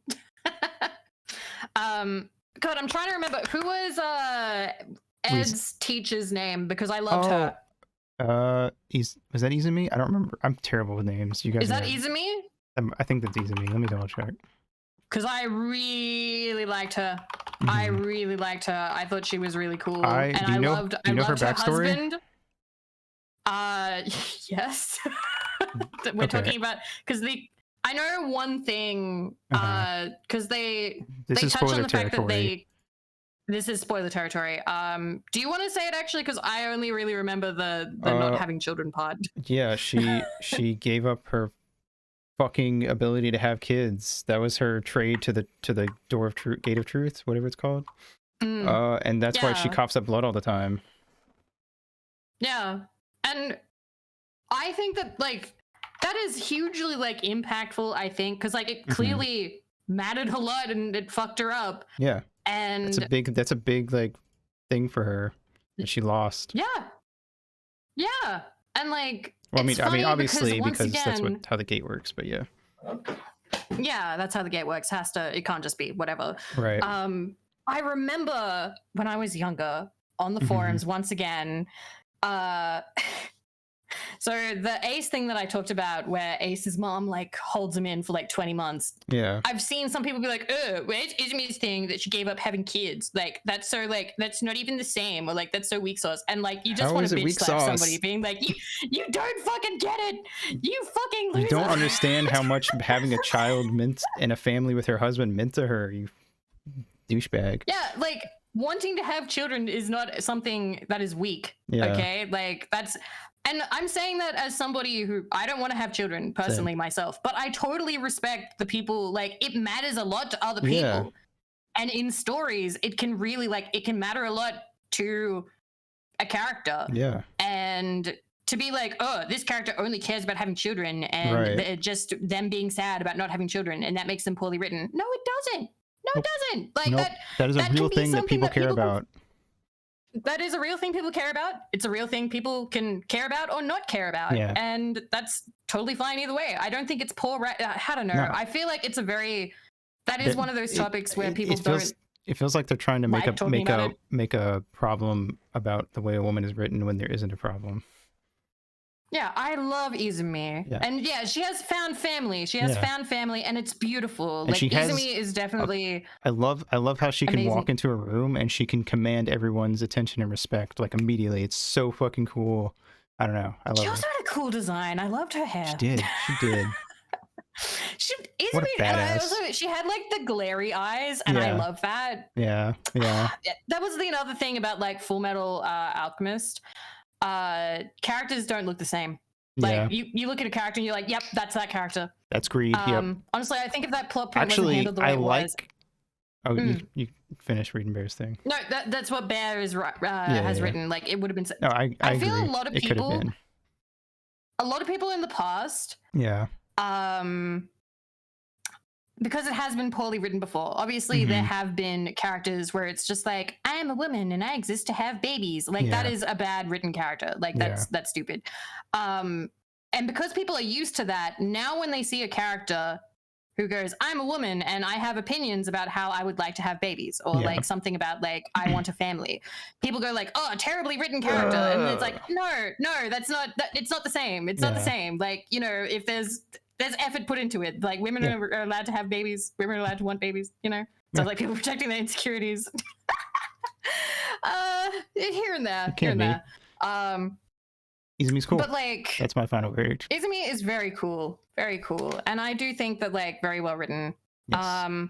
One character that I didn't actually get up to reading about that I know people love. Riza? Armstrong's sister? Yeah. Is it sister or daughter or somebody who sister? Yeah, I never got up to reading about her, but she looks cool, and I know that people love her. She's sick as fuck. She kind of has a found family thing with her. So she's like in charge of the northern wall. She's Jon Snow, and she gets brought to Central, and they're like, because you know Central's evil and it's Olivier, thank you. And you know she like pretends to join with them so she can like get info, and then has her dudes like swarm the place later. Like she does a whole she pretends to, you know, portray her dudes, but obviously she never would, blah blah blah. She has such a fun thing with her brother, when especially when they're fighting Sloth together later on. I don't know, she's just fucking cool. The women in Full Metal Alchemist are fucking cool. They just are. They're good. They're just very. I do think it's pretty funny that it's like we're like Full Metal Alchemist, nothing but glowing reviews written by a woman. The worst thing I can say about Full Metal Alchemist is related to a man. Spoilers. Close your ears for 5 seconds if you don't want to hear it. Literally the final episode. Fucking Mustang should not have gotten his sight back at the end. Anyway, that's all I'm gonna say. Okay, are we gonna talk about JJK? What's JJK? Is that Jujutsu Kaisen? First, I want to talk about Riza. That's new. Riza Hawkeye. Riza. Oh, okay. Let's talk about Riza. Because Riza's fucking awesome. So Riza Hawkeye spoilers. She has the shit for how to do flame alchemy seared into her back from her dad. And it was like her dad was like experimenting with flame alchemy, and then she showed it to Mustang after Mustang they got closer. And I don't know, she's so cool. She's kind of like Mustang's Winry, you know, in a way, I would say. She's a sharpshooter. She's smart. She's I don't know, she's cool. She's a badass. I like her a lot. I think everyone likes her, honestly. And later on, when like Mustang loses his sight, and because she's a sniper, they have like this cool, like, you know, thing. They're so like in sync that she can be like right over there, and he can perfectly snipe somebody with his flame alchemy just because. She's like Mikasa. She had agency. Yes, that's a perfect way to put it. We should have also asked Bear to come on. If we ever do another one of these, can Bear come? Yeah, we'll get Bear next time. Yay! We need more women. I definitely want to do a thing with Bear, because Bear likes Fire Punch and Chainsaw Man, and I want to do a thing with Bear at some point that's like things that are really dark and bad things happen, but it's still well written and not just like shock value. Anyway, all right, so Jujutsu Kaisen. You don't know anything about Jujutsu Kaisen. I know nothing about Jujutsu Kaisen. Okay. So that's one of the new ones, yeah? Yeah. Let me see. I guess we'll just talk about, I don't really have strong opinions on Maki, actually. She's cool, but like, you know. Also, there's manga and anime spoilers, and they're in two totally different spots. And since this is ongoing, I kind of want to be nicer about spoilers. Okay. Yeah, that's actually what Bear said is probably the best way I can sum it up. Is that Jujutsu Kaisen is one of those stories where you go, that's Naruto, that's Sasuke, and that's Sakura. Cool. Those are the three main characters. You told me about it in the past. Yeah. But we actually, But like, you know, the main guy who is the Naruto character is a lot more interesting, and kind of, I don't know what the fuck, there's a lot of fucking theories to go into, but that's a whole other thing on what the fuck his deal is. The Sasuke character is not a fucking bitch, and I don't hate him. Okay. And he's important to the plot. And okay, so Nobara is like the Sakura character, and she's kind of like if inner Sakura was the outer Sakura, I think is a good way to put it. Okay. And Nobara's allowed to be a bitch. Yeah, no, she's a bitch, but like not in like a, you know, like in the, oh, that's the bitch character and everyone hates her. I don't know. She has her own shit she does on the side that you get to like peek into. She's competent. She has a cool ability where she has like a, I believe it was like a little voodoo doll type thing, and she could like hammer nails and stuff into it, to like hurt people. She's cool. She's cool. She was neat. And then Maki, Bear kind of said it. So if I remember right, Maki can't see curses. at first, and she has to wear glasses because everyone else can see like curses. They're like the evil monster thingies that they fight. And so she has really like low this ghost type curse. Yes. She kind of like it inherently sucks, like on a like a kind of like Rock Lee, how he couldn't do jutsus, you know? Yeah. And she's the Rock like Lee of characters like Jujutsu that. Kaisen. That's probably a good way to put it, actually. Oh, okay. Yeah. Cool. She's from a big family, and everyone expects her to be fucking badass, and she sucks like inherently. Like she has to work super fucking hard to make up for it, and she's really strong. And there's a character who is another character's dad who we get to hear about and then meet for a short period, who is like, despite having, I don't remember if he had very low curse energy or zero curse energy, despite essentially not having jutsu, to use the Naruto thing, like being he was like one of the most badass motherfuckers ever. Like, and then she has like essentially become the him now. Like she has, like him, she's a badass on par with everyone else, despite all that, because she uses like cursed weapons and stuff. I just saw Spicy mention 1010 and I flinched. Oh, 1010 got beaten off screen in the manga. What happened? 1010. Poor 1010. Yeah. Poor fucking 1010. Anyway, Maki's kicking ass in the current part of the manga. I don't know. That is good to know that in like more current shonen, there's like, I think there's been better. A higher bar set. Yeah, I feel like maybe we are reaching a stage where like people are putting a bit more effort into them being like, oh, I should do more with my characters. Yeah. So I've got like my list of like female characters, and we've talked about already quite a lot of them actually.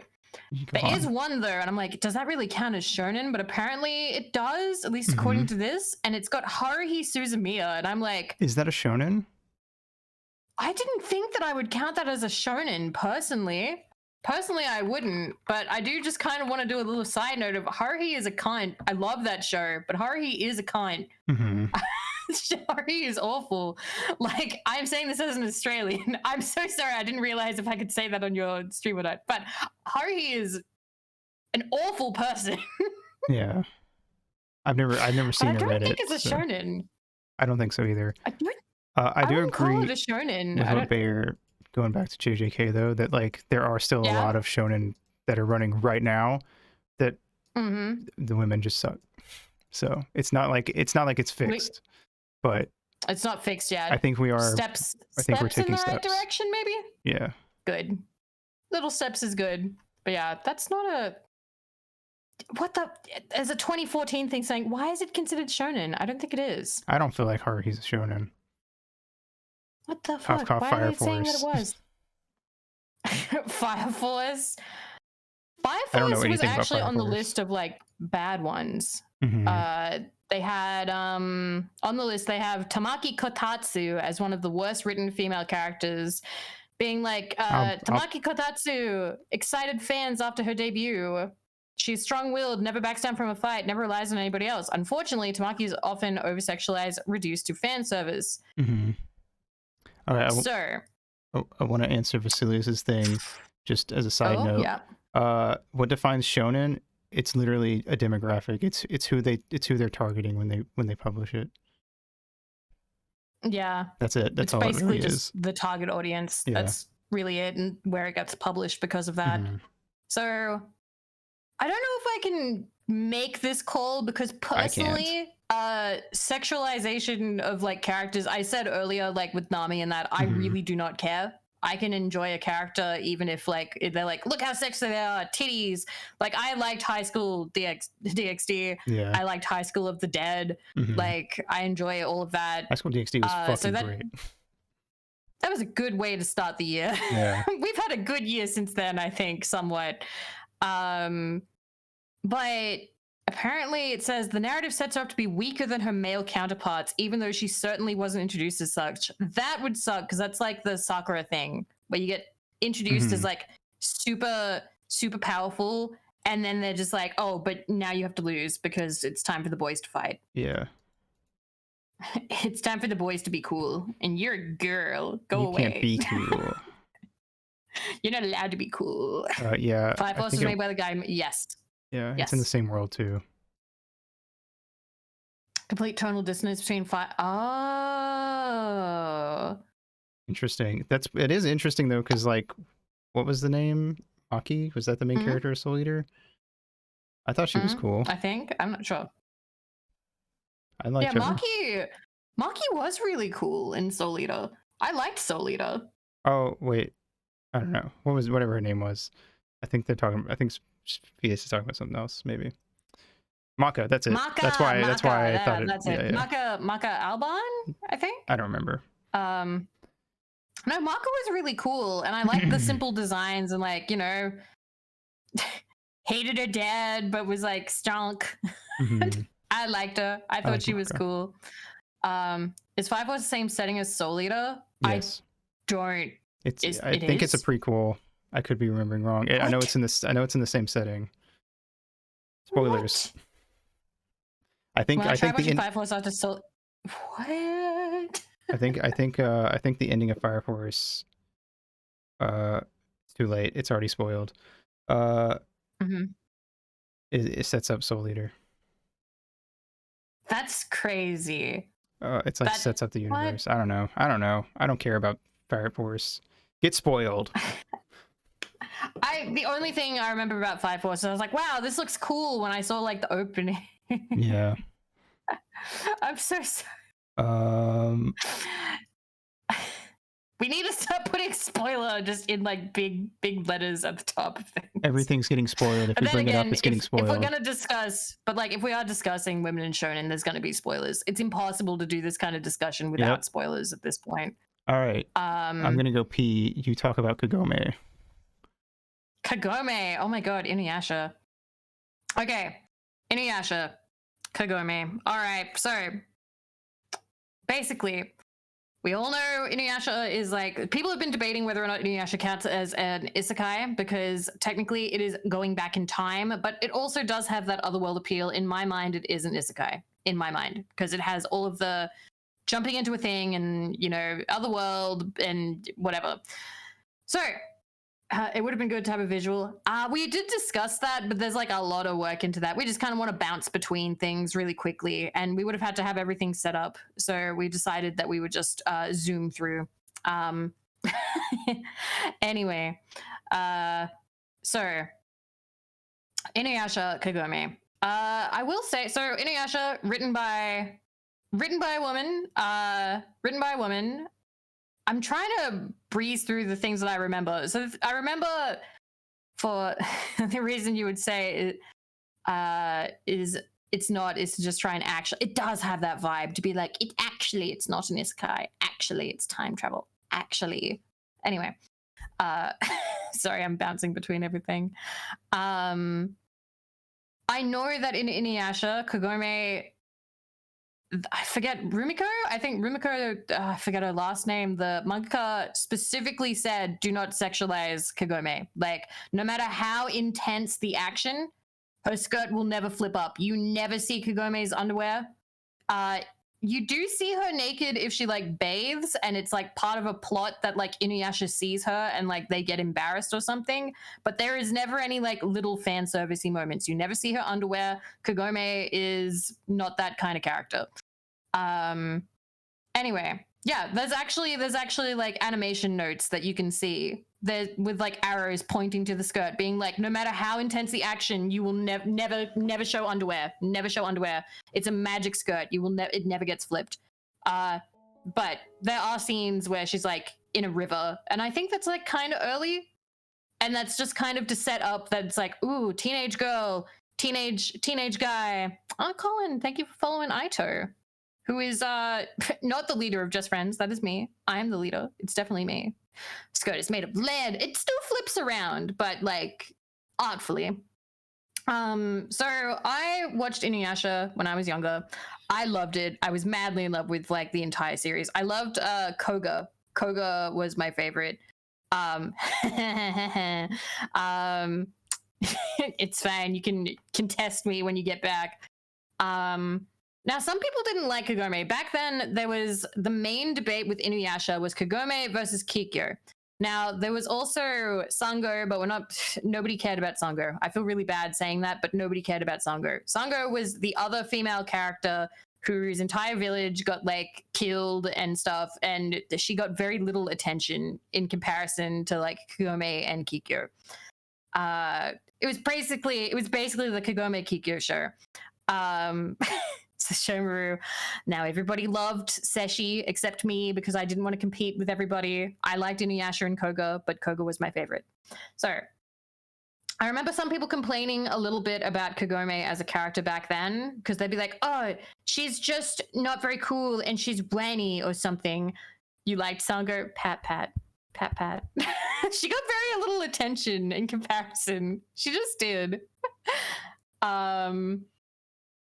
Oh, my music just like talked at me. What the hell?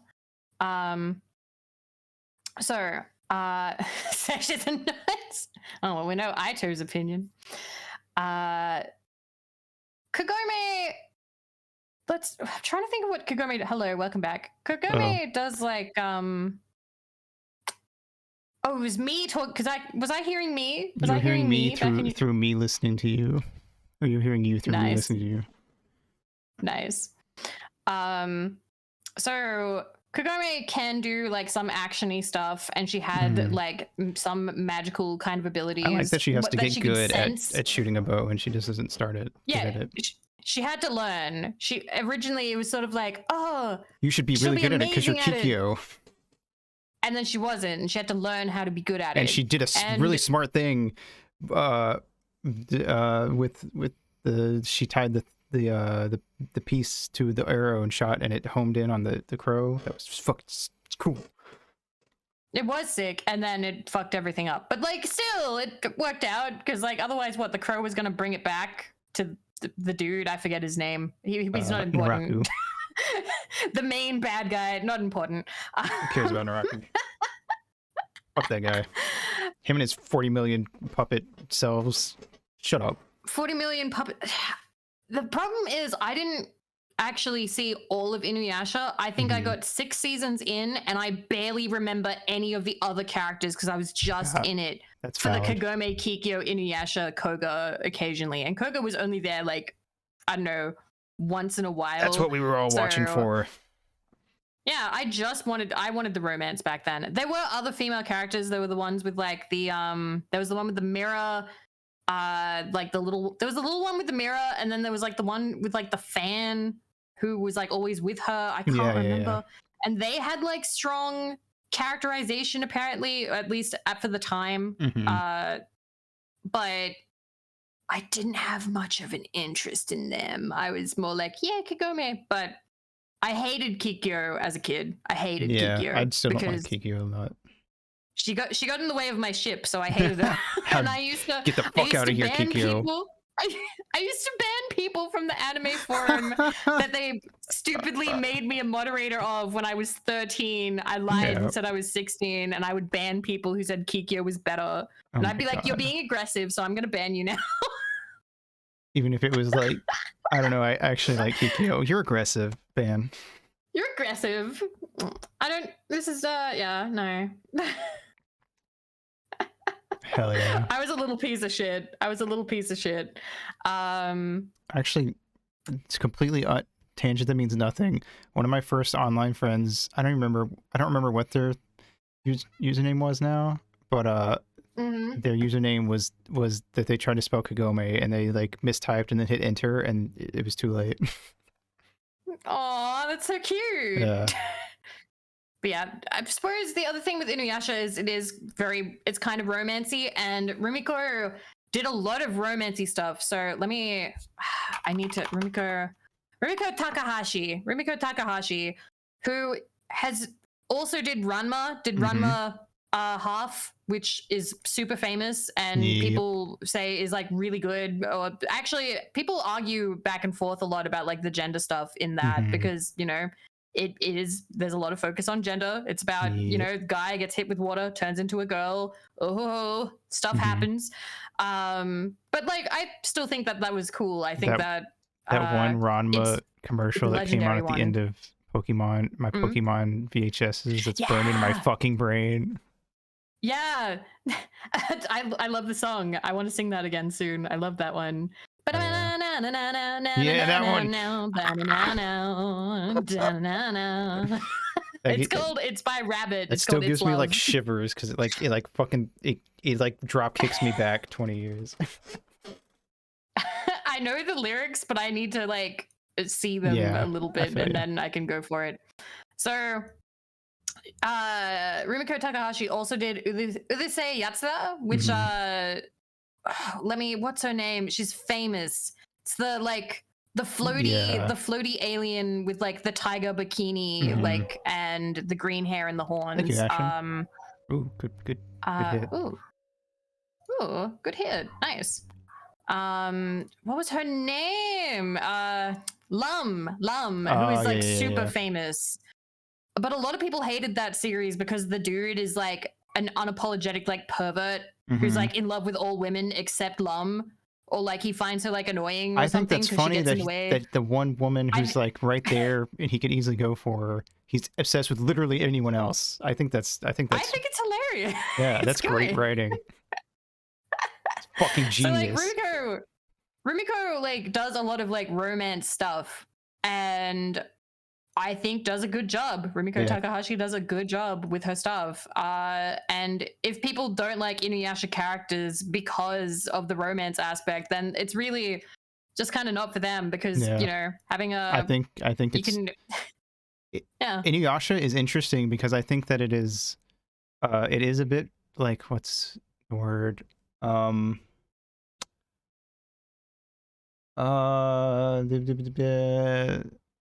Not self-insert, but kind of sort of similar to that. Yeah, I get what you mean. Like, but it's from both sides. Like both, you could put yourself in Inuyasha's shoes or Kagome's. And I don't think you get that a lot. How much of Food Wars do you remember? Because I just made eye contact with Food Wars, and I'm like, all the women in that got absolutely screwed over. I read it. I liked the meat lady, but I just thought she was funny. Mito. Yeah. Oh my god! Like, because I really liked Food Wars, and a lot of people hate Food Wars. Because of how it ended. I love it, and then the final bit sucks, but I think it was still really cool. It knows what it is. It's kind of like High School DxD for me. It's not going to pretend to be the most of course not. It can't. Mature, well-written thing ever. It's fun. If your series has people exploding out of their clothes, being naked and moaning about how good the food is, you can't pretend that it's like more than it is, right? But it's still enjoyable. It was fun. Yes. But yeah, the characters started out super interesting, and I actually really liked the girls in it. I was like, holy shit, like this is like and I liked the guys too. I was like, this is a cast of hot, attractive people, and they're all good at cooking, and they're all interesting. Like I'm fascinated to know like their relationship with food, like all of them, and like it was interesting for a bit, and then it all fell off. And like all characters kept getting shoved to the side, completely unfinished, or just one note, or like this character exists to lose, and then you like feel bad for them, and that's it. And then Erina basically got kidnapped at the end, even though Erina is meant to be like super duper amazing cook chef person with the god tongue, and still ended up kind of pathetic. Yep. And it was like, Yeah, they fucked it up. They fucked that up hard. They fucked it up so They had bad. a tray full of perfectly cooked steamed hams. I don't know, fancy food. And then they dropped them. They fucking tripped and dropped them. And not just the floor. They were like outdoors. Yeah. It like ricocheted off the floor, went outdoors, somehow rolled for like miles and miles, and then like ended up in a trash can. And the trash can is also tipped over. The ending was super rushed, and it is kind of... Part of me wonders how much of it is the fault of, like, the writing. Like, would it be possible to have done well with the characters in that time frame for a better writer? Or was it just doomed? Can nobody actually save it? It probably was. There probably was, like, a certain point where it's like, if you're trying to end this here, and we're at this point here, then we're fucked. Yeah. I've seen pictures of trucks loaded with food that fall over. Yes. Oh god. But yeah, that's definitely one series where like I can't really point and be like poorly written women. Like, you know, I thought they were fun. I thought it was neat. And then it all just kind of like fell apart because the series fell apart. Cool. Yeah, I agree. I'm going to talk about Chainsaw Man now. Do it. Talk about Chainsaw Man. I don't know anything about Chainsaw Man. But if you're not at the end of part 1 of the manga, spoilers, leave, go read the manga, get caught up on the manga, get the fuck out of my stream. That is more important. Catch up. It's more important than the Ito Vivi stream. We'll catch you late. We love you. Part 1 spoilers. Come back in, come back in 20 minutes. All right. So I'll start off while people trickle out. I'll start off with stuff that's earlier on. Okay, I'm just going to talk safe space. I'll kill you in this safe space. Don't test me. In Minecraft. In the Minecraft In safe Minecraft space. hardcore mode. Safe space. Anyway. Alright, so I'm just going to talk about Power and Makima because they're the ones I care the most about. But there's a lot of women and they're well written and cool. Actually, I will side tangent. So, there was a post I saw on Tumblr that worded this safe space. This has PvP exactly. This is a safe space, but we're also in the wildy. There's a lesbian who has a bunch of lesbian girlfriends, and they're the first time we meet them, they're all laying in bed naked together. And there's a Tumblr post where it's like, I can't even get mad at him for writing a tall, hot, thank you for the posture check, lesbian who smokes weed and has sex with their girlfriends, because me as a lesbian would have done that exact same thing. And anyway, they're all cool. There's so many women and they're cool and they're fucking awesome. I love Chainsaw Man so much.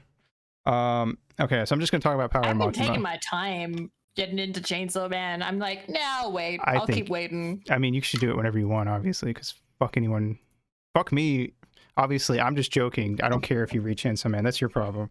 You're the one missing out. Anyway, no, read it whenever you want. I don't know, who cares? Anyway, so Power is the second girl we meet, but I'm going to start with her. So she is the Blood Devil, because all the devils in Chainsaw Man have a name that relates to a fear. Well, technically, I think they all have a name, and if that name happens to be something people fear, they get really strong, but it's kind of vague. Anyway, it doesn't really matter. So she's the Blood Devil. People are scared of blood, so she's pretty strong. She's technically a fiend, but that doesn't matter. Anyway, so she is like a fucking feral child. She is I'd say she's a tomboy. Her introduction is that so Denji's whole, do you know Denji's whole thing early on? He's like, I just want to touch boobs and get a girlfriend and I've stuff. seen that. Okay, I think everyone knows that. I feel like it's pretty common. So he ends up getting paired up with Power, and because she gets brought into the team, and they're going out and, like, you know, patrolling the town. She's uncontrollable. She just does whatever she wants, and then she's also very stinky. She canonically does not shower or bathe unless they make her. And then there's a whole thing where, like, she leads Denji to the Bat Devil, and you're like, you fucking traitor ass bitch. And then you find out she did it because the Bat Devil has her cat hostage, and you're like, oh, well, I guess that's fair. And then there's a whole thing with her backstory on the cat. Anyway, Denji relates to her because he had a dog who was also a devil, whose heart now lives in Denji's body, and he can do devil things. It's weird.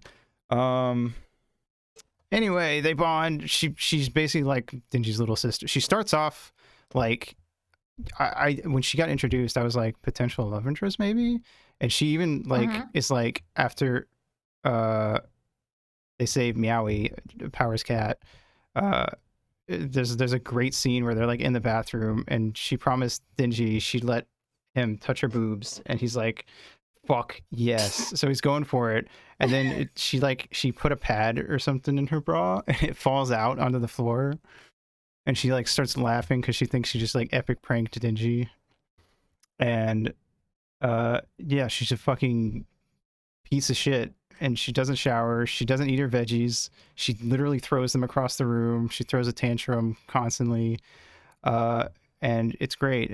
The transition into her being like Denji's little sister basically is fucking beautiful. And the like later on, spoilers. This is a spoiler territory. Denji realizes women are people. Yeah, she's really important for like Denji's arc as in that regard. Oh man, I don't know. She's just cool. She's a fun character. She's funny. She's a gremlin. She has sharp teeth. She will bite you. She will bite. You know that post that's like bites you, bites you, bites you, bites you, bites you. That's her. And she has a big hammer that she carries around. I love her. I love her. Enjoyable. She's so I like fucking that there's cool. more of them now. What a good character. I love. And then there's great. I know you would like her because there's a bit where they're trapped in a hotel and they can't get out because of the Eternity Devil, and she's just like, cool. I'm just gonna go like walk around, maybe take a nap. Well, I guess Denji's the one. I think they both take a nap, to be fair. She just like doesn't give a shit. She's just straight up like, I will kill you guys if it means I can get out of here. Like I will kill every one of you if it means I get to escape. Shit like that. I don't know. She's great. I love her. She's fucking she's good. God damn it! I need to find a way to get sponsored to read manga on stream because that's how I want to read shit. I need to find a way. I don't know. I'll email some people and be like, "Oh yeah, I want to read your stuff on stream. Make it legal. Yeah, find a way." That's fair. That would be cool, actually. I wish I could do that. If I find a way, I'll open the door for others. Let's go. All right. So now we're gonna talk about Makima. So yeah, Makima is everyone's first reaction is Awuga mommy bark bark to Makima. And she shows up and she like finds Denji at the end of the first chapter / first episode and brings him in, and she has this really like weird and interesting dynamic with Denji where she uses being a woman against him, but not in a way where it's like shitty woman. It's like she's clearly abusing her power that she has over Denji in every way possible. And she'd do it anyway that she would could, do it, yeah. Regardless. If she will do it, whatever will get you to do what she wants. And for Denji, she knows that like that works. Like media literacy litmus test. Yes. Yeah, a lot of people don't understand Makima's character somehow, even though it's so clear. Anyway, they just treat her like sexy mommy Awuga, but oh my god, she's like one of my favorite villains ever. And man, the way she like manipulates people, and it's like it's great too because you can tell that like he knows like what will get like people who read shonen manga going awuga mommy, because that's exactly how you're supposed to feel reading it. And because you're supposed to get it's like you're supposed to like fall for it the same way Denji does. It's like the idea, or at least the typical shonen reader is supposed to. The media literacy litmus test. I like that. Yeah. So I remember when I was reading it, I was like ping ponging, be like, "Oh God, she's hot. Oh God, she's hot. Oh God, she would use me and make my life a living hell, but she's hot." But she's hot. Yeah. It was a wild ride. Wow. And yeah, she turns out to be the main villain of part 1, and okay. She's cool. She's a badass. She's mysterious as fuck, and she constantly will like pull shit off, and you'd be like, how did you do that? What evil sorcery are you up to? How did you do that? everyone's scared of her. People will constantly show up and they'll be like, careful, Makima might be around. Like the most biggest badass villain will show up. They're like, oh fuck, it's Makima, run. And you're constant, and you don't know what she is until like the very end, and you're just constantly like, what the fuck are you, lady? Like, Jesus, it's so good. And there's one panel that I think they fucked, in my opinion, they fucked it up in the anime, where like you think she's dead, and she has a big hole. Was it in her head? Or I think it was in her head. And then she just like stands up, and like the train is like lit like really dimly in the manga panel, and it looks like she's like this fucking like Frankenstein standing in the shadows. And you're like, at this point, like everyone's like, oh shit, Makima died. And then she just stands up, and then the next thing you see is her getting off the train, and like everyone on the train is dead, and you're like, what the fuck happened on that train? And it's so cool, the build up to just everything. And then you go back and read it, and you're like, oh my god, it was literally like, it's the most fucking obvious thing ever. It's so good. Chainsaw Man, I love it. Just curious, how long do you reckon Chainsaw Man's gonna last? Because you know how like Shonen have like very different run times to each other. 300-ish, like, 3 to 350 chapters is my current estimation. I think each part's. What's it at right now? It is at 100 something. Let me check. Because like obviously not everything is gonna try and go for like Naruto 124 length or.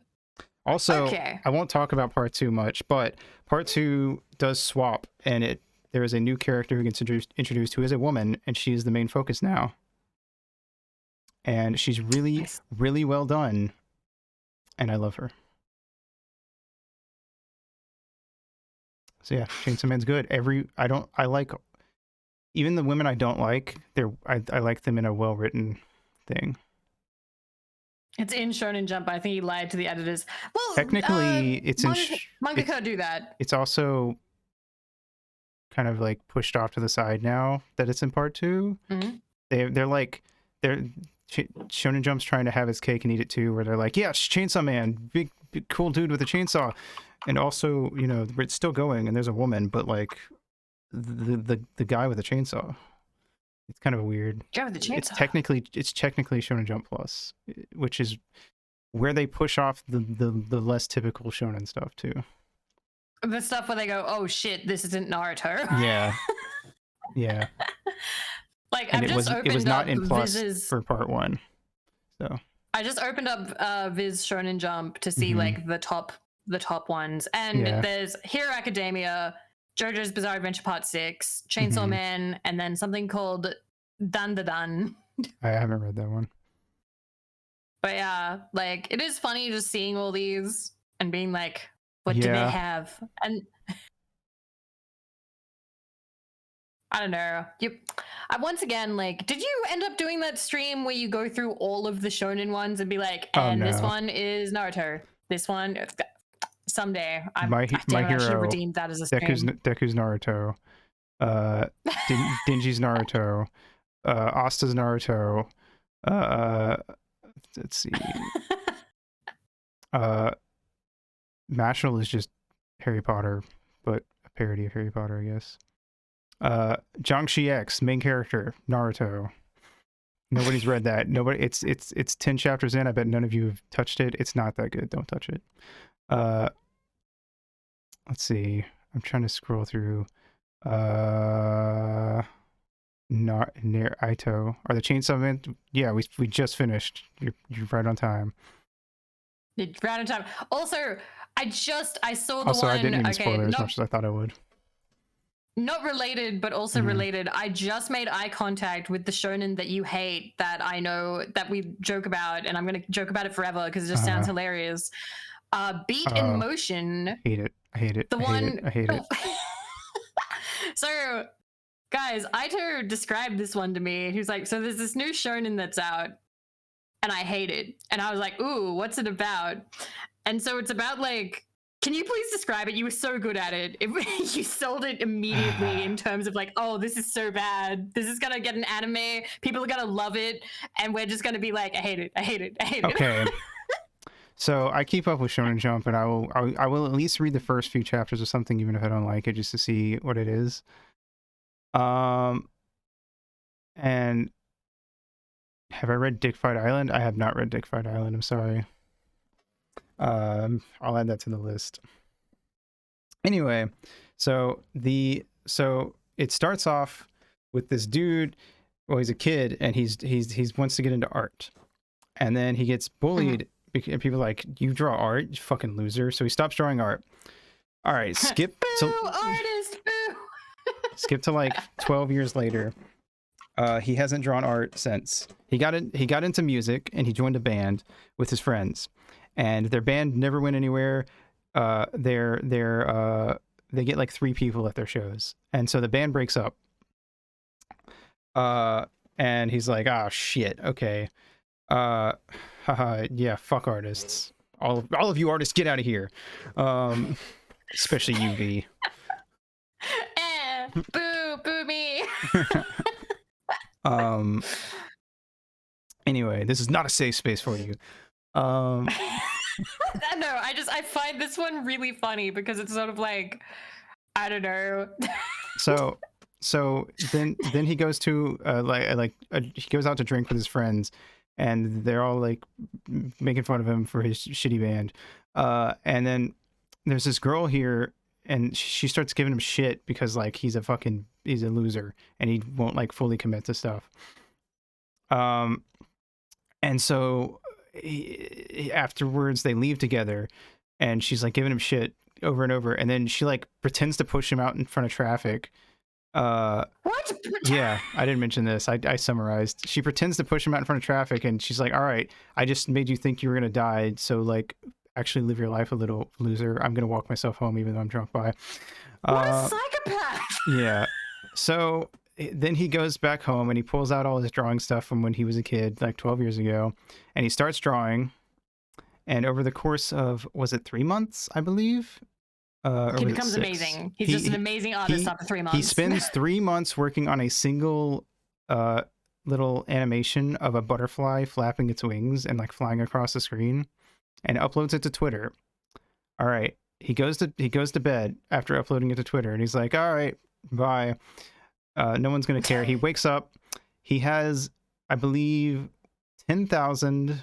I'm gonna pull it up. I want to get like the exact numbers. I think it was 10,000. He has 10,000 followers. He wakes up to 10,000 followers. 10,000 retweets. Yes, it's like perfectly matched. Exactly. And he has, and it's like, well, that doesn't make any sense because he had no followers when he went to bed. Let's see. Here we go.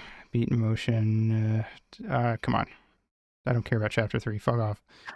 I gotta say real quick, just putting this in there, I was not popular in school or high school. Like, I was very awkward and quiet and didn't know how to talk to people. But even when I drew stuff, like, I don't remember anyone being bullied for drawing stuff. Even the people who would draw like Sonic OCs and stuff, you would get genuine praise of like, oh, that's so cool, like you can do art. Like, I remember being able to draw was not something that people would be like, haha, you draw stuff. Oh, that's stupid. Haha, you're lame. That never happened. I'd never met, and I was not popular. I was not cool. I was friends with the other uncool, unpopular people. That was one of the few things that people would be really nice about.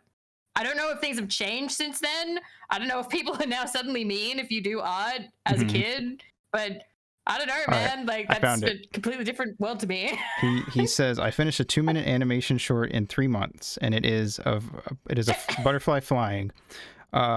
He wakes up the next day with 10,000 followers, 10,000 retweets, 22,000 likes, exactly on the dot, 10,000, 10,000, 22,000. And his fucking idol Oshi DMs him on Twitter and goes, I like your animation so much, I want you to animate a music video for me. And then the chapter ends with him meeting up with his idol Oshi. It is the girl that was drunk and pretended to kill him, and he goes, he goes, wait a minute, that's my idol. And then she starts talking, and he's like, wait a minute, that's the girl who tried to kill me. She's dressed the exact same that she was at the event where they met. So there's no reason for him not to have recognized her, first of all. Second of all, this is all one chapter that is 6 pages long. Overnight, he achieved all his dreams in one chapter, and it ends with her going, "My music needs your animation. I can't wait to work with you." What? There's nothing left to do. He won. He became the Hokage. Yeah.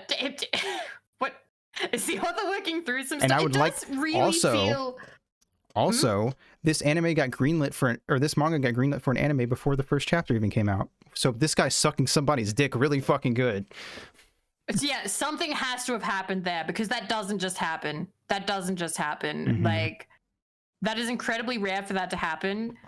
And where does the story go from here? Like, is it now about the trials of making sure the animation is good enough for her? Is it all downhill? You know from what happens in here? chapter 2?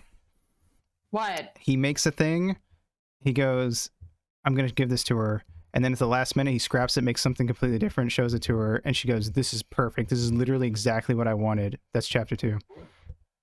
What? So wait. So the entire chapter is him working really hard on something, then being like, "Nah, that sucks. Quickly make something else." And then she's like, "This is perfect. This thing that you have made at the." What's the point of that? Is that meant to be a follow your heart kind of? I don't like it. So here's exactly what happens in the chapter. They go out to hang out and talk about what she wants. It's essentially a date. He pretends that he has to go to work because at first he's worried that hanging out with her is going to be awkward. Then he goes, "Never mind, my boss said I didn't have to come in today, blah, blah, blah." So they go and hang out at a ramen place, and he does some sketches. He goes home. We're most of the way through the chapter already. He goes home and listens to her music, and he's like blushing and sweating, which is weird and creepy. And he starts drawing on. He spends like 3 pages of the manga drawing, and then it cuts to them meeting up again, and then he goes, "Actually, the storyboard I did last night isn't good enough. I'm gonna throw it away and not tell her I did it." Then it cuts to him throwing it away. Like 4 pages later, he hands in a different storyboard, and she picks one of the ones out that he handed to her. And the storyboard is defeated and done, and they win. They win. And then, yeah, let's see. Nope, that's chapter 3. He did it. He succeeded. He made the storyboard that she wanted, and he's succeeded. No, there's no stakes. Not one. Not a single one. There's no stakes. He almost confesses to her in chapter 3, and I'm like, how does this man go from being no one to almost confessing to his idol Oshi in 3 chapters? Oh my god. I hate it so much. It's so fucking annoying. We have to hate watch the anime. Oh yeah, for sure. I usually don't support hate watching stuff, but I support really hate want watching to this. He's so annoying. This has to be. It feels like self-insert. It does. Why did this get greenlit? Because, like, I'm just wondering. You want in? All right, let's go. Ito in your server when it happens. We'll have to wait for it all to come out, and then all of us. What do we call ourselves? I forget what we're called here. What's your chat called? Oh, Pupa. Pupa. All of us Pupa can watch it. Yeah, Pupa Patrol. Also, guess what else this person's worked on? Guess what else this mangaka's made? What has he made? Nothing. This is their first published manga. Wait, it's their first published manga and it's automatically getting an anime before the first chapter even came out? No one-shots listed or anything. What? They have... Whose dick are they sucking? I don't know. How? How did they do this? How? There's no way. No, shot. What the fuck? How? This has to be a pen name or some shit for someone who's way up there, because there's no fucking... They have literally nothing else listed on them. That's insane, right? Yeah.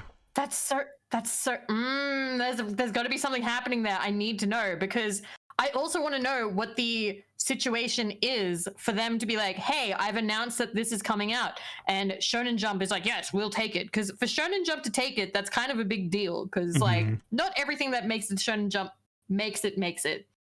Took me 5 years to break into the industry. That's not real. They don't have a Wikipedia page or anything. What anime? The Beat and manga Motion. is called Beat and Motion, I don't and believe- it's coming. The anime will come out later. Yeah. An anime adaptation is in production with Netflix to distribute the series globally, but it does not have a set date yet. Yeah. I'm just wondering, because like, who are you and how do you do that? Who are you? How? And also, again, just to tie this back, she sounds like a psychopath, okay? Yeah. I don't care who you are. If you pretend to get somebody killed in order to make them, you know, live their life, you're a psychopath. You're insane. No. You can't be like, haha, I pretended to have you almost killed, so now you'll properly live your life without regrets. No, you're insane. It's played off like, oh, what a wacky thing for a drunk person to do.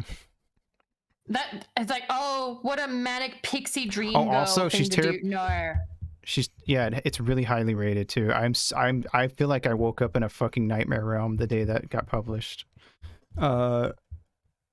She's terribly written, and she has like the when I'm super nice and haha and bubbly, and then when I get drunk I'm like a bitch and I am mean kind of thing, but like not in a good way. She sucks. Everything about this manga sucks. I hate it. I hate it. I hate it. I hate it. I hate it. I hate it. Hate it. Hate it. Hate it. Hate it. Hate it, hate it, hate, hate, hate, hate, hate. Oh my god. But wow. So good to know that, like, anime that's coming out, we've got a nice range here. Jesus. It's not gonna be good. It's just gonna get worse. Yeah. Anyway, what's some other women we can talk about? Yeah, we can talk for like, I reckon I've got another like 25 minutes in me or something. Yeah.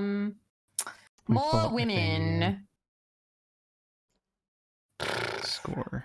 There's been Saito can hold so much hate. I can. What is Watamote? Is that even shown in it? I don't really know what the fuck I'd call it's that. you guys' fault. I'm not popular. I love Watamote. I love. Oh my. I love it. I love her and her gay harem. Oh, I'm getting a phone call. Okay. 1 second. I've never seen Black Lagoon or read it, so I don't know. Bear, that's a fair way to put it. My Hero, I don't like Ochaku. I think she's poorly written. I think she had a lot of potential. She had a lot of really cool things early on. But I don't think they honestly, nothing really happens with her. She kind of turns into her. I guess I won't talk much about what's going on in the manga now. I can maybe go for another 10 or so because apparently coming home and stuff. But yes. So what are we talking about? My Hero. And I don't like Ochako. I feel like she had cool stuff. A lot of the characters in that sort of just disappeared and didn't get anything done with them. I feel like they're kind of rushing the ending because I'm going to assume that they just kind of want to wrap it up. That's what it feels like to me. I feel like My Hero, I've only watched season 1, but from what I've seen about like the girls, it's a little bit like the big 3 we talked about before, where like there are so many, like there's these characters and they just kind of get pushed aside. Yeah. Like totally. I don't know. I haven't seen too much, but there is like a lot of focus on like, you know, oh, it's Deku, oh, it's the redhead one that's like fire and ice and stuff. And listen, I know very little about My Hero aside from all the audio. Woman, Yu Yu Hakusho, Genkai. Oh, love Genkai. She's hot as fuck. Yu Yu Hakusho. Would you reckon the women in that are better than the ones in Hunter x Hunter? Because I feel like there's not a lot in Hunter x Hunter. There's not a lot of women in Hunter x Hunter. I mean, there's Bisky, who I love. I do love Bisky actually very much. And there's Machi, and that's it. My cat is screaming at me. Quiet, yes, we're Wendy. talking about women, honey.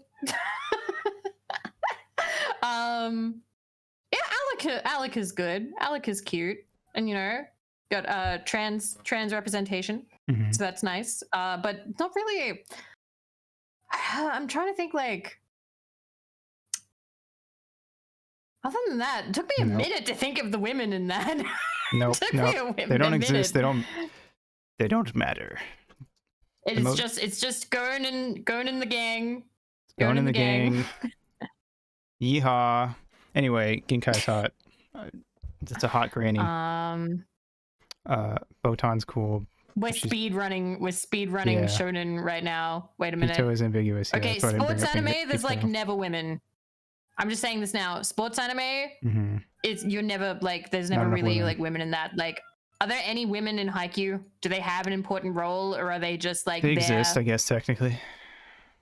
I've never read Haikyuu. The only sports anime that I really got into was Your Mushi Pedal, and the women in that don't exist. They're on the sideline being like, oh, they're working so hard, or like, oh man, he fell down and I hope he'll be okay, and like that's it. They don't do anything. Yeah. Ooh, I didn't read Attack on Titan. I did. I think it's very mid. And that's a hot take. I don't really like any of the characters in Attack on Titan that I can think of off the top of my head. I kind of liked Mikasa early on. Demon Slayer. Demon Slayer? Oh yeah. No, that's why we started this. That is. I forgot. Slayer. Demon Slayer's mid as fuck. Demon Slayer, the main female character, they literally don't let her talk. Yeah. She don't say shit. She's not allowed to talk. Yeah. She's a demon chick, and she has a thing in her mouth. And literally gagged, yeah. Yeah, no. The women in Demon Slayer are fucking garbage. They're the woman characters. That is actually why we wanted to do this. This is Nezuko's lame, and she doesn't even get to have like a cool bit at the end. She just shows up after getting undemonized. Butterfly Lady, she's there. She's the medicine poison lady, which is usually what women get reduced to. There's a lady with her boobies kind of out, which is fine on its own, but she also doesn't really do anything, so she kind of is just a character with her boobies out. Yeah, I don't know, they all kind of suck. Men, boys, yeehaw. Yeehaw. Your Forger and Spy X Family is great. Anya is great, but she's a child, but she's also the best child I've ever seen in a fucking manga. Very entertaining, very wholesome. Yes. Actually effective. Have a family propaganda. Yeah. It's great. As opposed to all the other anime parenting ones, which can be a little bit hit or miss, in my opinion. We won't go there. Yeah, we won't go there. Not today. We won't talk about that drop. No, we won't talk about Usagi drop. No, we will not. We definitely won't talk about that today. I'm not prepared for that today. Yeah. That's a whole different problem. Oh, Dr. Stone. What women? What? There's a couple women, I guess. There's a couple. The hottest women in that is Stanley, and he's a man. I don't know, like Dr. Stone. It took me a second to remember Kohaku's the women. Mid. Get out of here, Robin. Mid at best. Okay, now I want Robin on here to fight. To be like, excuse me. But no, like, listen, Kohaku definitely does more than Kohaku's sister. But I will say it's a little weird that all the science is being done by the men. Yep. Just a little bit. Just a little bit. How come none of the women, like the women do like the gathering stuff, or they do like the practical side of like putting things together and shit like that. Yeah. But yeah, there's that's the only men doing science and stuff. Final one. Yu-Gi-Oh. Oh God. You first. Just original Yu-Gi-Oh. You know what? Original Yu-Gi-Oh. What women? Yeah. Like, okay, you've got Taya. Taya never duels except with other women. they don't duel, and when they do, it's a girl fight. Yep. It's a girl fight. It's a girl versus another girl, or it's to lose. Yep. It's to lose and have Yugi be like, no! Like, you have Mai, who just completely gets forgotten. She gets brought back for a filler arc. Mai was cool. I liked Mai. But then they just got wrecked by Kaiba. Joey's sister is literally like an object, like just a plot thing. Like, oh, I'm doing this so I can help my sister who's blind and to help her not be blind. And then I guess some people would argue, oh, but she saves him. I'm like, oh, that was like 2 seconds. Yep. That was like 2 seconds. They pretend that Mana is going to be important in the Millennium World arc, and she's not. She's not. She's not. He defeated the penguin guy in the filler arc. Yu-Gi-Oh is king of games. King of games. And you know what? We have had all these series of Yu-Gi-Oh! It's still just kings of games. They have yet to... Where's the queens? We've yet to have a queen of games. Yet to have it. It hasn't happened yet. It's been going for years now. Taya defeated that penguin guy. That's a filler arc. It didn't happen. Penguin guy. It didn't happen. Who, when he got her body, got all weird and he was got like weird groping sexual her boobs and stuff. It got super weird. That fight was just so he could win. Yeah, so he could win and be creepy. So he could win her body. He literally. So he could win her like an object. Get that shit out of here. I love Yu-Gi-Oh! I do, but nah, man. The women. I'm looking at this. Naruto probably treats women better than Yu-Gi-Oh! Did. Honestly, yeah. Honestly, yeah. I think Yu-Gi-Oh! Has probably got the weakest amount of like. Wow, I love that we discovered this right at the end. Right at the end of this fucking stream. I'm like, you know what? I think Yu-Gi-Oh! Is the one that loses. We're too distracted because we're like, oh my god, Kaiba! Oh my god! Oh my god! Oh my god! And then meanwhile, there's like Taya and Mai being like, what about us? What about you? What about you? What's happening? Like, who are you? Even Mai in the filler arc, in the filler arc, I'm pretty sure Mai like fucking loses, and then she becomes an object to save. It's like, I'm doing this to save Mai. She does that in the non-filler arc. Up until she gets beaten by Merrick, and she gets trapped in the thing, and Joey has to save her. Yes, this just happens over and over again. That's what happens to women in Yu-Gi-Oh! They just need to be saved. That's and also Holy grandpas. Crap. I didn't actually think about this until right now. Yeah, the elderly, the women and elderly exist to be saved. They are weights in the Yu-Gi-Oh! Universe to be saved by gamers. Yep. That's it. I'm glad that we had this talk so we can discover this. Oh my fucking god. Oh my god. Holy shit, I'm dying. I'm dying now. The only thing I remember Alexis doing in GX was getting brainwashed and dying. And yelling about her brother. Alexis, oh god, you're right. Alexis was set up to be like, I'm one of the most powerful duelists. Loses all the fucking time. Loses, gets brainwashed, loses some more, is obsessed with her brother, who is obsessed with her in a weirdly somewhat romantic sexual way. And like, I'm saying that as somebody who reads like the brother sister like manga and like usually, and even I'm like, bro, this is kind of on the nose. This is a little bit weird, champ.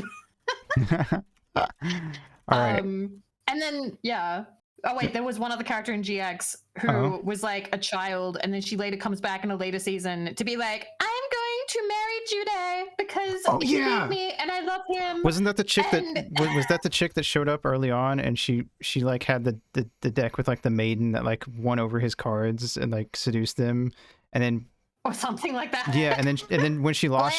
Yeah. Oh my god. Fucking goddamn it, Yu-Gi-Oh! Do better.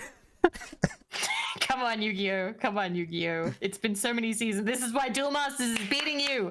This is why Duel Masters is beating you, Yu-Gi-Oh! Come on. Yep. All right. Okay. Cool. This has been a nice rambly, ranty stream. I liked it. All right. What are you doing this week? This week, tomorrow, I have a nice collab with other Australians talking about the Australian experience. Let me get the list real quick. So it is an Aussie educational stream, and I will be talking. It's going to be over on Marco Fukasame. I don't know how to say that. I'm bad at pronunciations. Fukasame. His channel, Marco, and that's going to be with Peach Hana, Jets, Goonie, and Cleo. And that's going to be nice and fun. That's tomorrow. And then on Saturday, if all goes well, I will be having a Dark Souls stream as part of my fulfilling the role of I did a thing for Subfest where I said I would play Dark Souls. This is going to be the first time I stream Dark Souls. Yeah. Oh boy. And that's on April Fool's Day, so we can trick people into thinking that I play Souls games. And then on Sunday, I am collaborating with Captain Cube. Nice. Yeah. What you doing? Chocobo? I can't remember. Okay. Oop, and I've just felt the pressure drop in my house. So yes, that is what I'm doing. You doing anything this week? You've got your schedule up? Going to be describing Homestuck characters to Dawn Strider on Thursday. Dawn has never read Homestuck. Dawn knows nothing more than what I have told him already. I hope he hates it. Friday, I'm starting my playthrough of Night in the Woods. Saturday, Bloons TD6 with chat. Sunday, more Night in the Woods. That's my week. All right, we're rating Ringo. Nice. I already decided. Let's go. All right. Thank you guys for hanging out. I appreciate all the rambling and the talking about women. I had fun. I would do this again. Yeah. I think if I did it again, I'd probably maybe try and research a little bit more. We'll do some wacky shit. We'll maybe get someone else. Yeah. Have a roundtable discussion. A roundtable discussion on women. Yeah. We should get Nemo. I feel like he'd have hot opinions. Nemo has a lot to say, even though he's consumed like 6 media. Yeah. All right. That's it. Thanks for coming out. Have a good day, good night, whatever it is for you. I'll see you next stream. She'll see you somewhere. Bye. Bye. Mwah.